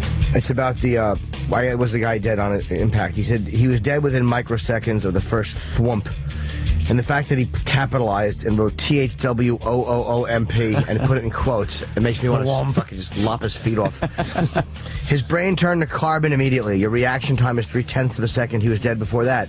And then I wrote, do the eyeballs explode? Because somebody asked that. I asked that, yeah. And he wrote, they absolutely could. That kind of heat in an enclosed sphere of fluid, sure. The current would have to pass through or near the eyes to vaporize the liquid. And then he wrote, I'm going to amend my answer. Usually when you get a high voltage, it travels over the surface, and he put surface in capital letters, of the conductor, which he wrote was his skin. That's why he was on fire. And I wrote, but felt nothing. And he wrote, oh my God, it was instantaneous. In the electric chair, it's a little different. The current causes the heart to stop. In this case, it was like he was getting a blow to the head as well, at the speed of light. So no, I can't imagine he felt a thing. And on a lighter note, how's your herpes? So wait, so the eyeballs might explode. They might not? Yeah, might not. It's a 50-50 shot. You don't know. Yeah. I wouldn't stand in front of him, though, just in case. That's electricity for you. You really don't know. You got to respect it. Yeah. You know? Not something to be toyed with. It's an odd little thing, electricity, isn't it? Electricity is like a wild 88-year-old man with a loaded gun and a... This guy's like hate in his heart. I know, but he's like 5 hate groups behind. Blacks and Jews. That's like yesterday's news. Stop That's it. way more. Yeah, there's more other people to hate. It's new people to hate. 88. Let's go to Footer. Footer! Yo, good morning, boys. Hey, Footer. Hey, man. Hey, wanted to let Attell know. First of all, dude, you fucking rock. You are hysterical. Hey, thanks, man. No problem, man. And do you realize that, you know, the boys talked about this a few days ago, but you have definitely a really big influence on a lot of comics out there, dude. You know, not just drastically biting off your shit, but just your approach. Jimmy had mentioned it a little bit, so time to kiss your ass a little bit. Let's. Yeah, I was saying that the other day, like this, how many guys you see, like that you've been very influential in, accidentally so, just guys that do like Gallagher. Attellism. Yes. Well, that hitting the fruit Fifth thing. Annie. Hey, you know, first of all, I gotta say to anybody who knows comedy and like follows it, besides like just like, hey, I saw a guy in a movie and I want to go see him at the local comedy. Thank you for knowing comedy. Like Jim is a big supporter, and you guys have always like, you know, like showed it more than what it is. They're like people are out there writing material and everyone's got a different take. So thanks for that. And when you say that I'm an influence, that means I'm over. So But it's like I kind of agree with you. It's like Dave and I have said many times. My job is to entertain them. I would like to. I would like to be shocked back into entertaining people. I don't think I'm entertaining at all. The way Attell influenced people, like Louis will notice it more because Louis not at the Cellar that much or any other club. Like he'll just pop in and look, guy's doing Attell. Like you'll just see like a comedian who doesn't know, but Dave has such a specific way that he holds the microphone and these little they're just Dave's behaviors. Yeah. People copying my emphysema. Yes, people mimicking Dave's near-death experience every night. But these little things that you see comedians doing, and they don't even realize that they've been very influenced by Dave. Well, thanks. That's it, man. I just wanted to let you know that. Great job, and I will talk to you boys later. I'm out. All right, Footer. Wow. Why are we looking at a YouTube video that's titled Dave Attell on Good Day, Alabama? Oh, when was that? Wow. Oh, What happened? What happened on this show? Wow, that looks like a pimp and 2 whores. Look at it. Look at them leaning over to show interest. Oh, look at the anchor on the right. Wasn't I kicked off that show? For real? No, I don't. I remember it was. I would imagine. No, I couldn't say anything because it was too dirty. You know, but there's some fun happening out there, I'm sure. Actually, all the news lately has been a little down. You know, yeah. It's been a rough. I wish you didn't bring that up, but I guess we could talk about. I like to think my act is kind of news proof. I mean, if there's something in there, it's a little salacious, you know, a little blue, if you will. But you know, basically, I talk about drinking and partying. Do you guys have a drink now? I guess you can with the morning stuff. Yeah, drink a lot in the morning. Off. Janice, not so much. They're but probably luscious. A power drink, maybe. You know, a little. We're all in our eyes. This is a huge mistake. Everybody in that room, the camera. So yeah, but I do a drinking thing. But I want to tell the kids right now, don't drink and drive. All right. and I love kids. Yeah, honestly. serious about that. Yeah, no, I'm on the It's great internet to have talking to fun, them but all you are day. so right. I'll pause that for a second. All right. Oh, God. Why can't they pick up on anything? This is the greatest. Fucking idiots. I don't know how. I can barely do it. There's no way you could ever do it. I'm horrendous. I do the same thing you did. I throw it back to them. But you guys must like to have a drink and hope they say something funny and we all laugh and I get credit for it. Like we're all having fun together. They are it's the fucking best. awful. They are the best. Smile you the fuck out of a room, people. Like local morning TV. Like, well, thank you, come back. You know, like, get out of here, beat it. Holy shit! Smile you the fuck out of the room. Yeah, That's like, exactly the good name for it. one. Different. Okay, I hate thank you for coming by. Look how I definitely look like an Armenian pimp who's it's like a deleted scene from Taken. It's like, how much for the blonde with the short hair? And I'm ugly.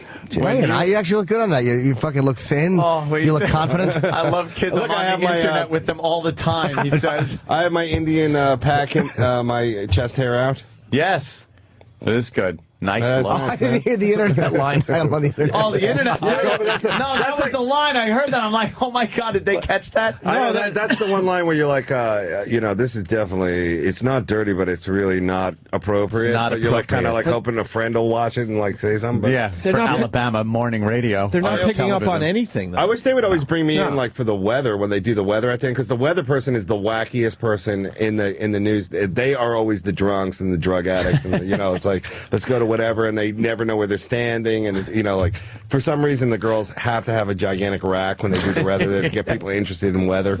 Whatever. But dudes, thanks for having me in, guys. I know you got a big night tonight, so how are you going to play it? Who's going to be good cop? Who's going to be bad? Wait, cop? I want to hear the rest of that. What, there's interview. nothing else there. We want to hear the internet line again. Dave. This is ticket sales are going to go down. I after think he this. doesn't want us to play that. I'm dying to see this. A little salacious, you know, a little blue. Yeah. But you know, I'm using my basically, hands a lot. I talk about drinking and partying. Do you guys have a drink now? I guess you can with the morning stuff. Yeah, The drink a lot of See, look at me, a off. friend. Yeah. Not so much, but Have a power drink, maybe. You know, a little a Red Bull. he's got a Kool-Aid in the back. Well, Red Bull's all right. Yeah. Well, Red Bull's all right. So yeah, but I do drinking thing. But I want to tell the kids right now, don't drink and drive. All right. And I love kids. Yeah, serious about that. Yeah, no, I'm on the It's great internet to have talking to fun, them all but day. yeah. I didn't catch You got the cameraman laughing. Then you know it's good. Bring the goats back in.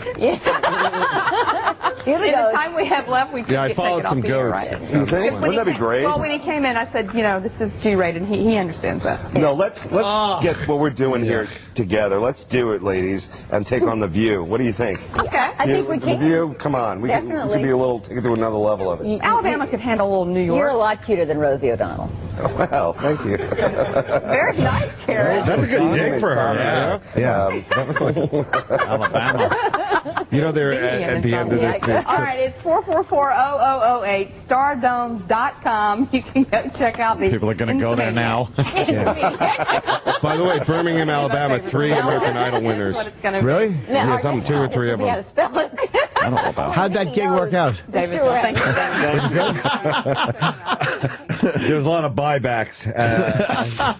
Luckily, well, what happened? These two come down to the show. They're lit. We're all doing nitrous. These two cum buckets come rolling down here.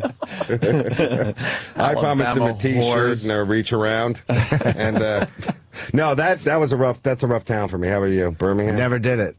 What's with you? What? I want to go out and do a bunch of cities that I've never done before. Birmingham, Alabama, Salt Lake City. Those two I'd absolutely do. I'll do Oklahoma. I said that already, but I've never done Oklahoma. Hey, you know, you could do this tour, man. I want to do the Lewis and Clark tour from St. Louis to Seattle. Let's do that. Through Montana and the other regions where they're not going to get you. Let's do that. And, I would actually like to do to that. raise money for his family. Yeah, the Von Brauns, they can bury him properly. Keeps pointing at the picture.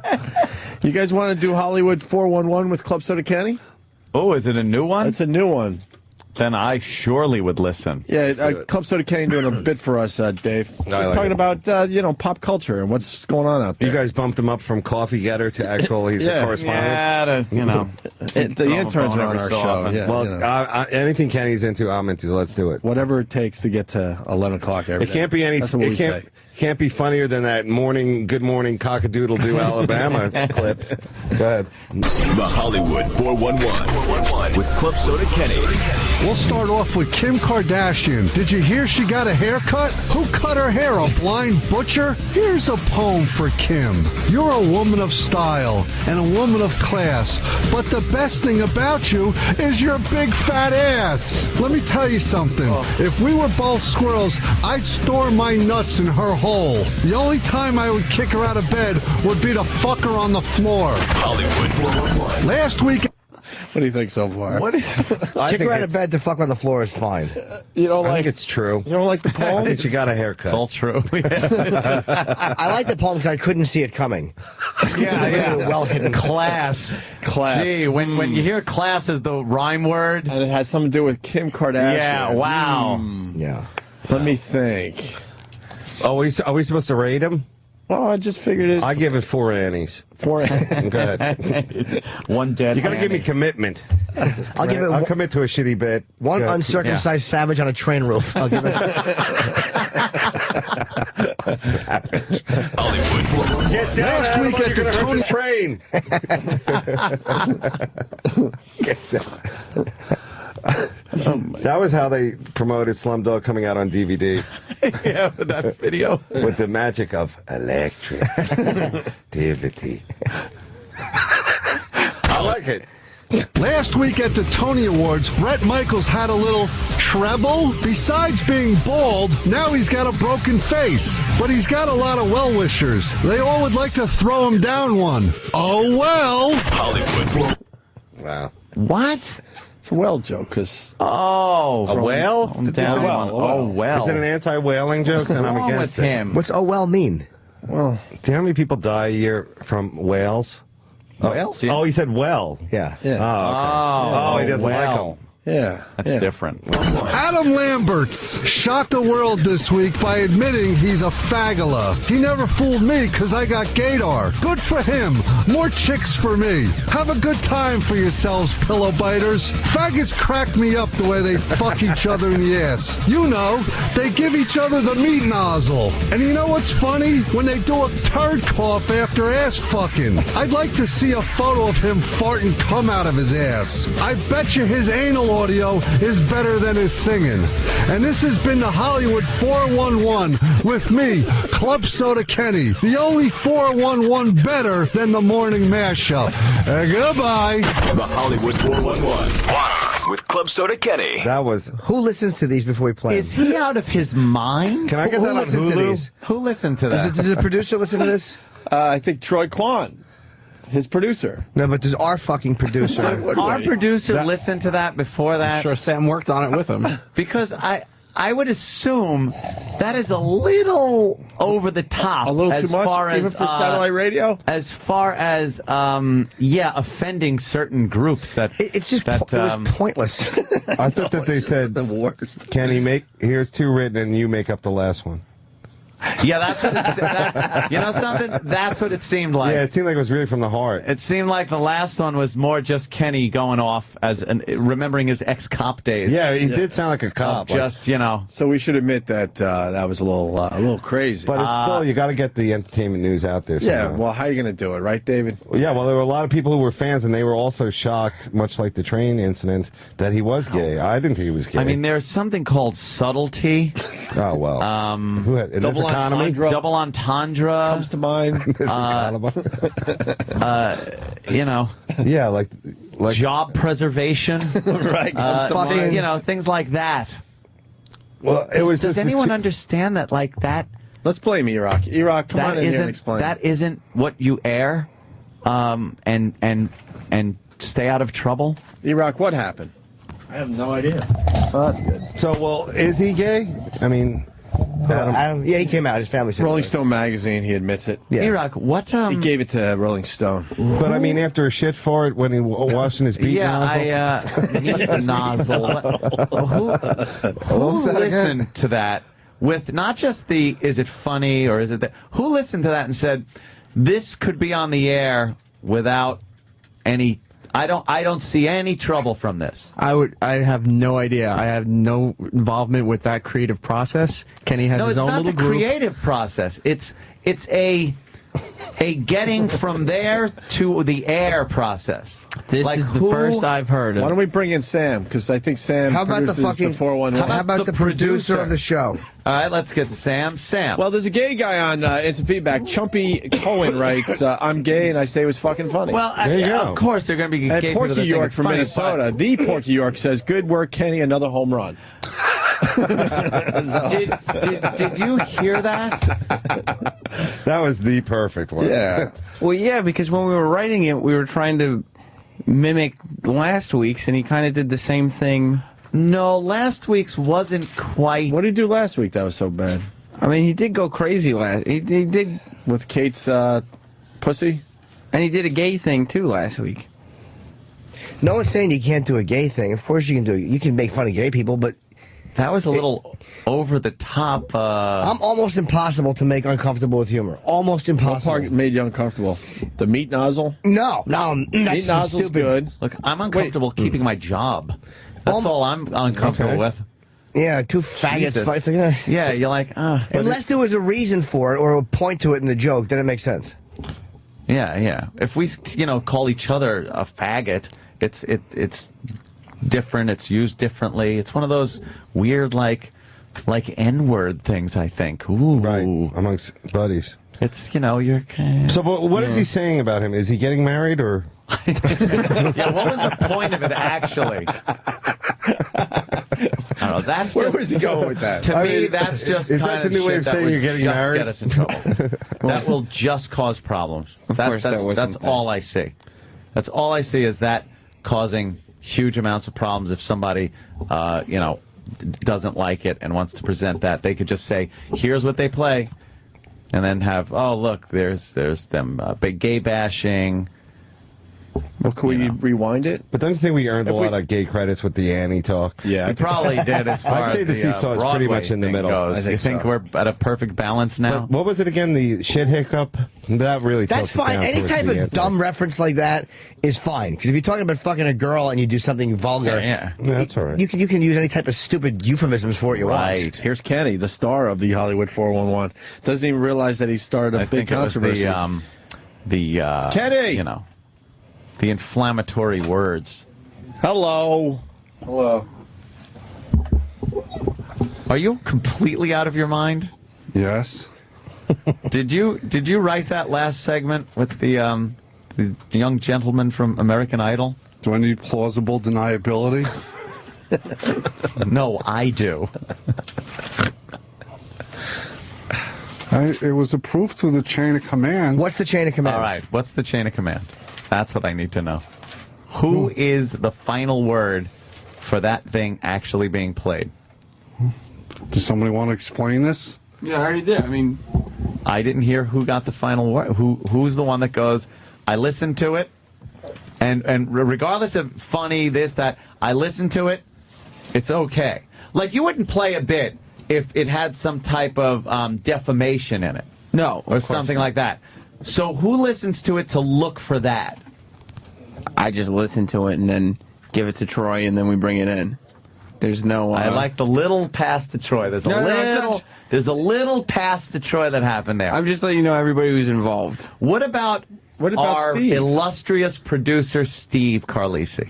Did not get a chance to listen to. He didn't get a chance to listen. Boy. What was Steve doing before he got a chance to listen? Now we're on to something. I don't know. Does he normally listen to them? No. Shouldn't the producer of the show listen to what goes on there and think in terms of not if it's funny or not, because I do not want him or anyone gauging if something's funny or not. But if there is something on there that is going to be a problem, maybe. I'm not even saying this will be or would be. I'm just saying Does anyone have that little check valve safety in place? Not at the moment. I want to address a couple of people on phones, too, for being cunt, cock rag, dick, fuck, shit, bitches. Oh, shit. Let's say hi to Mike in New York. Hey, Mike. Seriously? Yeah. Dude, you make fun of everything. Everything. Yep. A little gay joke? Right. Really? A little gay joke, right. Dude, you gotta admit, you're a pussy. Listen to You don't listen to that, Mike, and think perhaps it might get. Do you think I give a flying fuck? Huh, Mike? Answer me, cunt. I'm trying to keep a job. Dude, you dummy. Now, this is one thing that you have a problem with? Mike, you're being unrealistic. Do you honestly think the company wouldn't have a problem? Do you think I sit here and have a problem with a lot of shit?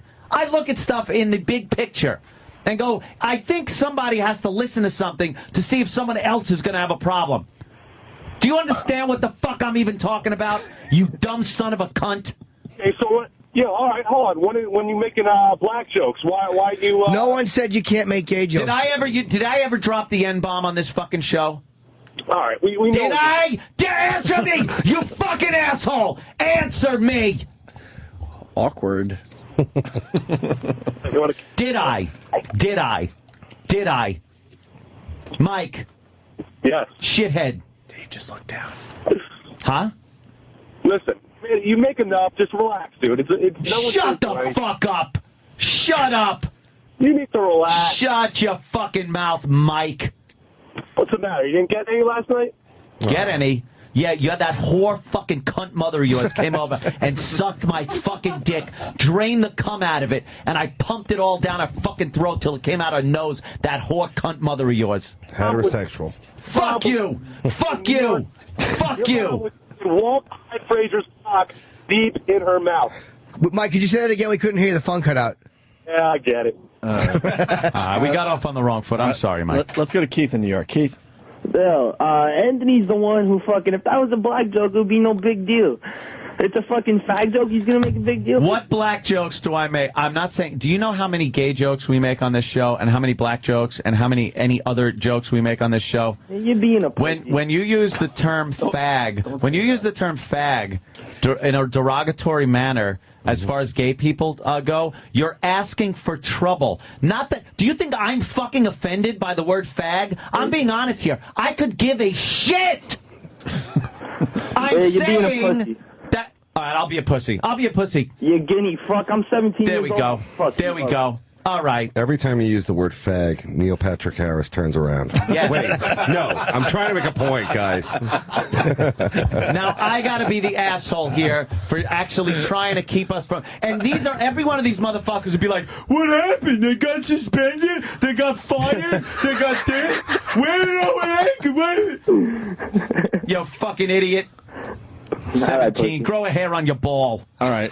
Oh, well. You want any more of these phone calls in? I don't care. All right, which one do you want? You tell me. I don't care. Pick one. All right. Take them all comers. All right, I'll do this one for you. Kelly in Idaho. Oh, God. I just love when Anthony goes off on these idiots. I realize I'm a redneck from Idaho, but... Thank you, girl name. Stupid. I realize it. It's not my job. All right. Well, you raise a good point, miss. Let's go to Knock in Washington. Knock. Go ahead, Knock. Hey, morning, boys. Hey, how you doing? Go ahead. I love this because I have an answer for you already. Go ahead. What? Hey, I agree with you as far as needing to be careful. Yeah. Job protection, man. So the bottom line is that you've got GLAAD, you've got these other groups who are trying to fuck you guys over. Yes. So, in terms of that, but at the same time, where do you draw the line? You guys are an edgy show. So yes, we're an edgy show, and we're on satellite radio. But you know something? We got fucking suspended from satellite radio because a homeless guy decided to talk about how he wants to have sex with the president's wife. Barbara, or what's the name? Laura Bush. And Condoleezza Rice and the Queen of England. It was a homeless guy who was hysterical, came in homeless ramblings into the microphone, and they suspended us from satellite radio because of that. I remember. I don't feel like being fucking suspended or fired anymore. I agree. I'm kind of out of that point in my fucking career where I want to sit at home wondering how I'm going to pay for my shit. I agree, Anthony. I'm exiting with my arms randomly punching. Bye-bye. All right. So no more firings? How about one more for old times? I'll take one more when we're ready. When we're ready, a blaze of fucking glory, my friend. Blaze of glory. The best part, this might be a little inside, but Mike R. and Pat Chow goes, I love how Ant said he's never dropped the N-word on this show. No, of course not. Not on this show. I don't drop the N-bomb in public. On any show. No. Right. Well, you do lean over and whisper it often. You know what? This guy wants you just to calm down. Larry in Connecticut. Larry. Hey. We appreciate what do you want, Larry? We appreciate your opinion on this radio show of ours. Well, thank you, sirs. First of all, I want to say I'm looking forward to seeing Opie and Schneider from One Day at a Time on Jimmy Fallon's. That's right, Pat Harrington. He starts out with a good joke. I'll give him that. Schneider. I'm going to roll some cigarettes up in my sleeve. Did anyone come up with that one yet? Yeah. Yeah, I've said it many times. Yeah. No. You're a handsome gentleman, sir. Yeah, thank you. I just wanted to say, calm down, man. Didn't you guys play a little ditty called Shit Dick yesterday? Yes, we did. Yeah, David, tell him. That's different. We did. We did play. There is a bit of a difference on that one. Dude, Ant is totally right. He's not making a judgment on, like, that was tasteless. I don't go for that. I don't care. But he's talking about this shitty climate, and it's common sense. And I heard it, and I thought the same thing. I'm not offended. I looked over at Jimmy as it was playing and went like, uh-oh. And I just want to know what the chain of command is and who approves stuff like that, or at least doesn't say, hey, guys, listen to this. Do you think this would be okay or not? And now we have Mr. Steve Carlisi, who that bit was actually about, in the room right now. No, it wasn't. The chain of command, I have a feeling, is now going to change with Sam's bits, with Sam's and Kenny's bits, because up until now, I'm not saying hold back. I'm not saying anything like that. No, Just, I want to hear it. Perhaps, maybe Ope, give it a listen. Jimmy, just so we can go like that might be a sticky wicket if we have to defend that. You know, you got to look at something and go, are we really going to be able to defend that if it shows up as a soundbite somewhere? We never listen to bits before they're played, which is our stupidity, but we assume that there's fucking people behind the scenes who are listening with common sense. And we're not saying don't be nasty or edgy, because we expect that. Yes. No, so, you know what? In all fairness, you guys do listen to a lot of bits before they hit the air.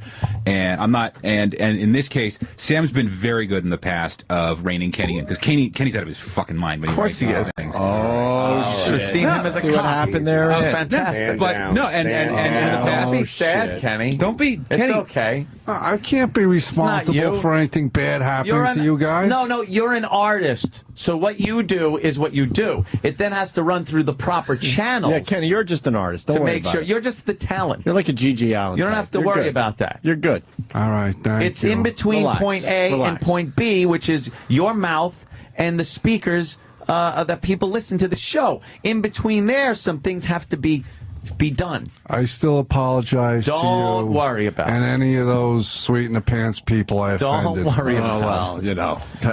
It's just so fucking stupid. It's fucking annoyingly stupid. There's certain things that are not very defendable when put in a soundbite. And we know over the years, there's no getting your chance to get your side of the story out or try to say, what we meant was, the context, blah, blah, no one hears it, play the soundbite. That's what happens. That's why I think we got to be just a little smarter when it comes to some of those things. Unless we want to if we all want to fucking lose our jobs, that's fine then. Then let's just do that. Can I say one thing as a guest, Anthony? Yes, sir. Cool? First of all, I was going to go see the movie Bruno. I don't think I'm going to see it now. I'm afraid some of those things might happen. They might be too offensive. Yeah. So. You know something? I'm afraid I'm not going to say it. You know, at school you get to see the process. It is funny, though. Sacha Baron Cohen brings a black baby out, and he goes, I named it OJ, and that's like in the trailers. And we're worried that the word faggot was played. We're going to get in Dutch. A double standard. It is a total. It is a double standard. That's the problem. Radio That's guys the suck. fucking Everyone problem. else is all right. Believe me, I'd like to sit here and say everything that's in my head every second of the day. But I can't. Please don't. But I can't. I can only do it through my rolled-up Escalade windows as I'm driving through traffic with stereotypical people that can't drive. Listening to Wagner. But there aren't a lot of things on this. There really are not a lot of things that like make, like I said, that I'm like fucking very, very few. Right. Could be like a problem. That's all. I wasn't getting uncomfortable with the content. I don't care. It's not all, like it bothers me like, oh, gee, I'm personally offended. No, I'm just thinking like that's a sticking point that's like, oh, boy. And you have to think, will the company back us? No. Right. Oh, please. No. Exactly. Wow. That's another thing. The company back us? Ha! No. What is that based on, Ant? Unbacking. On a history of unbacking. Yeah. Wait for the book. Holy Not to be shit. backed. The latest one's amazing. Backless. Latest one's amazing. So, I just kind of want to... That's all. So how many Annies? I was going to say, are you guys going to play that on Fallon tonight? Total, counting the revival. Yeah, okay. You got to play that on Fallon tonight. Yeah, Dave, I'm sorry. I'm sorry the appearance ended so weirdly. Well, hey, you know what? A little strange. It was awkward. Whatever, awkward. But I like to see that you guys get things, done. You have a problem, you don't hide it. Things on the air. Yeah, you get it out, and I get up, but I'm hard. Would it help if we put Jason on the phone? He's gay and he loved the bit. He liked it. What is this going to be? A stereotypical gay voice guy from Brooklyn that is going to make like he's Jason. No, nothing stereotypical. Love your show. I listen to it all the time. Okay, he's a real gay guy. This guy is so gay. He's really gay. Yeah, you can tell. You can tell by the voice. Yeah. Very gay, actually. What's up there, sir? Yeah.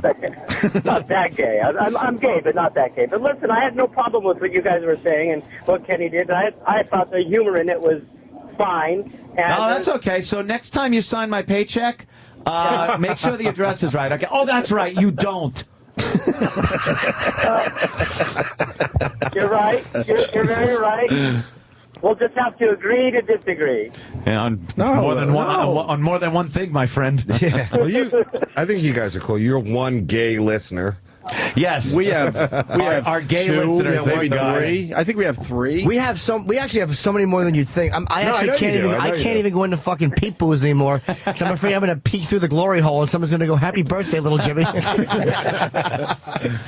I don't even listen to House View. I love your show, and even with the gay jokes, you're just lucky we don't have a Reverend Gay Al out there. You do. Yeah. We don't. Really. You guys, believe me. Yes. Believe me, you gays are represented. Yeah, you're well represented. We've seen it happen. Well, there you go. That should make us all feel all right. better. Thank you, sir. All right, hey guys. Yeah. If one of them says it's okay. Jason got us, probably. Yeah. Well, thanks for having me, guys. Whoa. Yeah. Oh, well, no problem.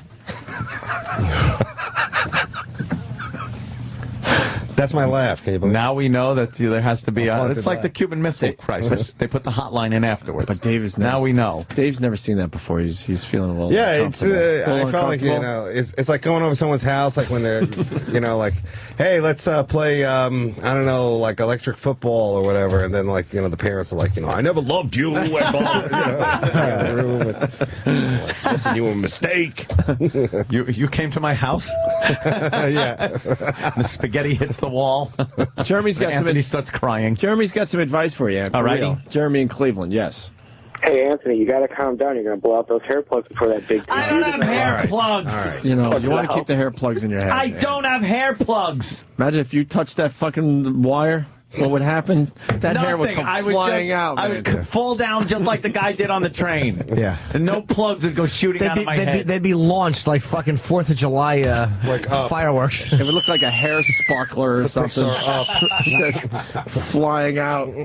They call them something chasers. I can't remember the name. See how he brings it all back, people. Look at me. What did I say? You're crazy. You're a shock jock. That's me. Let's get the fuck out of here. O&A on Fallon tonight. David Attell. Yes. At Caroline's tomorrow, Saturday, Sunday. All shows, of course, will sell out. Old Carbon Brain wants to say something. E-Rock, what do you got? All right. Well, let's end the show with a positive note here. Your You have suicide. gifts. All right. This one goes. Gifts for what? No, I didn't mean it. This is very family. Whose gifts are these? These are from Caitlin from yesterday. Wow. She Wow, didn't wanna wait. come upstairs. Hope it's her pussy in a bag. Thanks. Who's Caitlin? The chick we had on yesterday. Who's Caitlin? Listen to you. Thanks. The girl with the tits. Oh, the girl with the tits. Sure. She bought me some I got? fucking rice cakes. Shit. Oh, wow, she gives good gifts. Caitlin, you could have saved money. A blowjob would have been perfect. There's no reason to spend your money. Dan, look this up on wine.com. Here, take Dave, you this. drink wine? This is good. A bottle of Jameson really. and Gran Torino Yeah. on Blu-ray. That's right, and fucking Directions bullets. to the Holocaust Museum. Shit. She brought me 2 Bruce Springsteen CDs, Gran Torino on Blu-ray, You know Roland had something to do with this. lightly gift. salted rice cakes, and Smucker's reduced fat peanut butter. Wow, because that's what you were eating yesterday. All she had to do, if she would have just showed me her ass while I jacked off for 30 seconds, Yes. I would have plugged her for a month. Thank you very much. Are you going to movie review camp?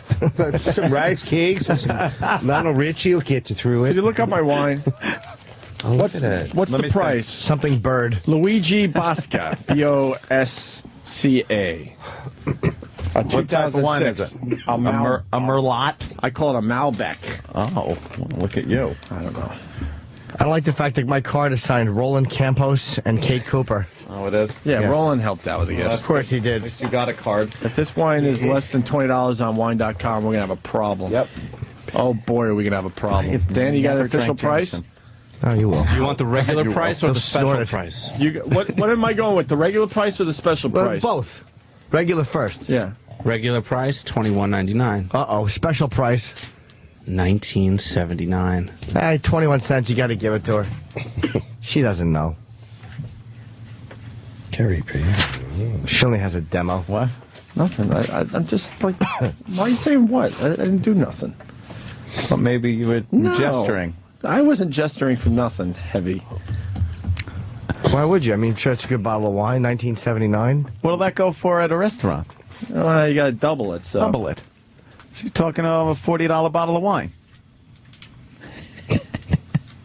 Hey, what's the matter? Did you just smell something bad? You made a face.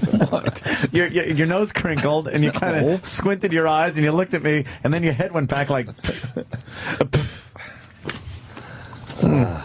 Special price is what? Lampert, huh? Special price is $19.79.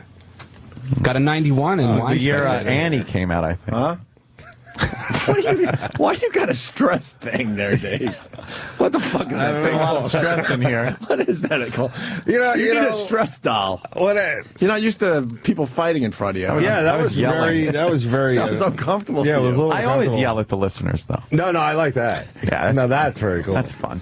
No, but when you're, with the staff and everything, it was very. Oh, yeah, well, it you gets know. uncomfortable. I never yell at the staff. No, I think it's talk cool that very- you get it out, though. I try to talk very logically with the staff. I mean, I totally get what you guys are doing in this, economy right now. You need, Yeah, right? I like that answer for everything now. In this They're all, economy. they got us by the purse strings. You gotta whatever. You guys are blowing off the boy. fact that I got a rule with all wine I get on this show. It's got to be over $20 a bottle on wine.com. I know, $20, but it's 19. You missed by a couple of cents.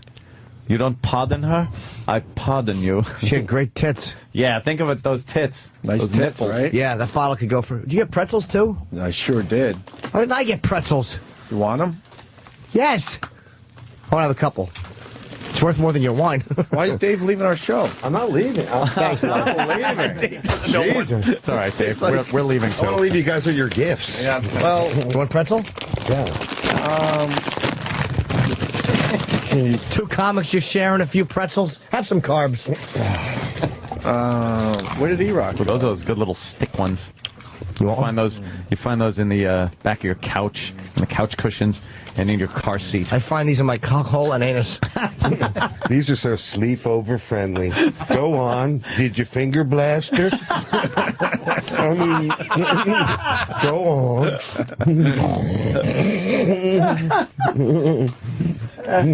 Jimmy's sleepover party. All right. Oh, my God. These are How are the delicious. pretzels? The best thing that she gave her, these pretzels. These pretzels are making me thirsty. They rule. Have some Jameson. Yeah, that won't hurt the appearance tonight. I don't think. Maybe I should down this bottle of Jameson before First I go out headbutt there. on the Jimmy Fallon. Come over here, baby. Yeah, Bang. Steve-O. Anthony headbutts the floor. Welcome to the show, baby. Bang. I'll be like Steve-O on fucking choke you. Adam Carolla's show. Choke you into unconscious. I guess we're gonna just leave. Yeah, let's take off. Very good. I'll put the Jameson in my bar, so that way if someone wants to enjoy Jameson, they can. Chill. Because I am not really a Jameson fan. Thank you, Kate Cooper. Yes. Kate? Yes. What'd she do for the show? She was great yesterday. But I'll have Gran Roland's Torino friend? playing. Yes. Her heavy breasts. Yeah, remember that? The weightiness of her breast. See, now we're leaving later than we wanted to. Yeah, I know. Thanks for having me, guys. All righty. Thank you for You're just coming. gonna leave like this? Hey, let's go. Don't leave yet. Why are you leaving? Wait for 2 seconds. Wait for the mics to go off for 2 seconds. Yeah. Don't go anywhere yet, because you have to be privy to something. All right. Okay. Privy to what? Nothing. Let's just say it just on end the the air. show. No. Why? Give me a hint. Not saying a word. All right. Not saying a word. All right, we're out. Thank you, David Attell. Yes, like Jimmy said, Caroline's. It's going to be terrific. you, guys. 212-757-4100. We'll be on Fallon tonight. Very cool, and we'll see you guys tomorrow. Bye.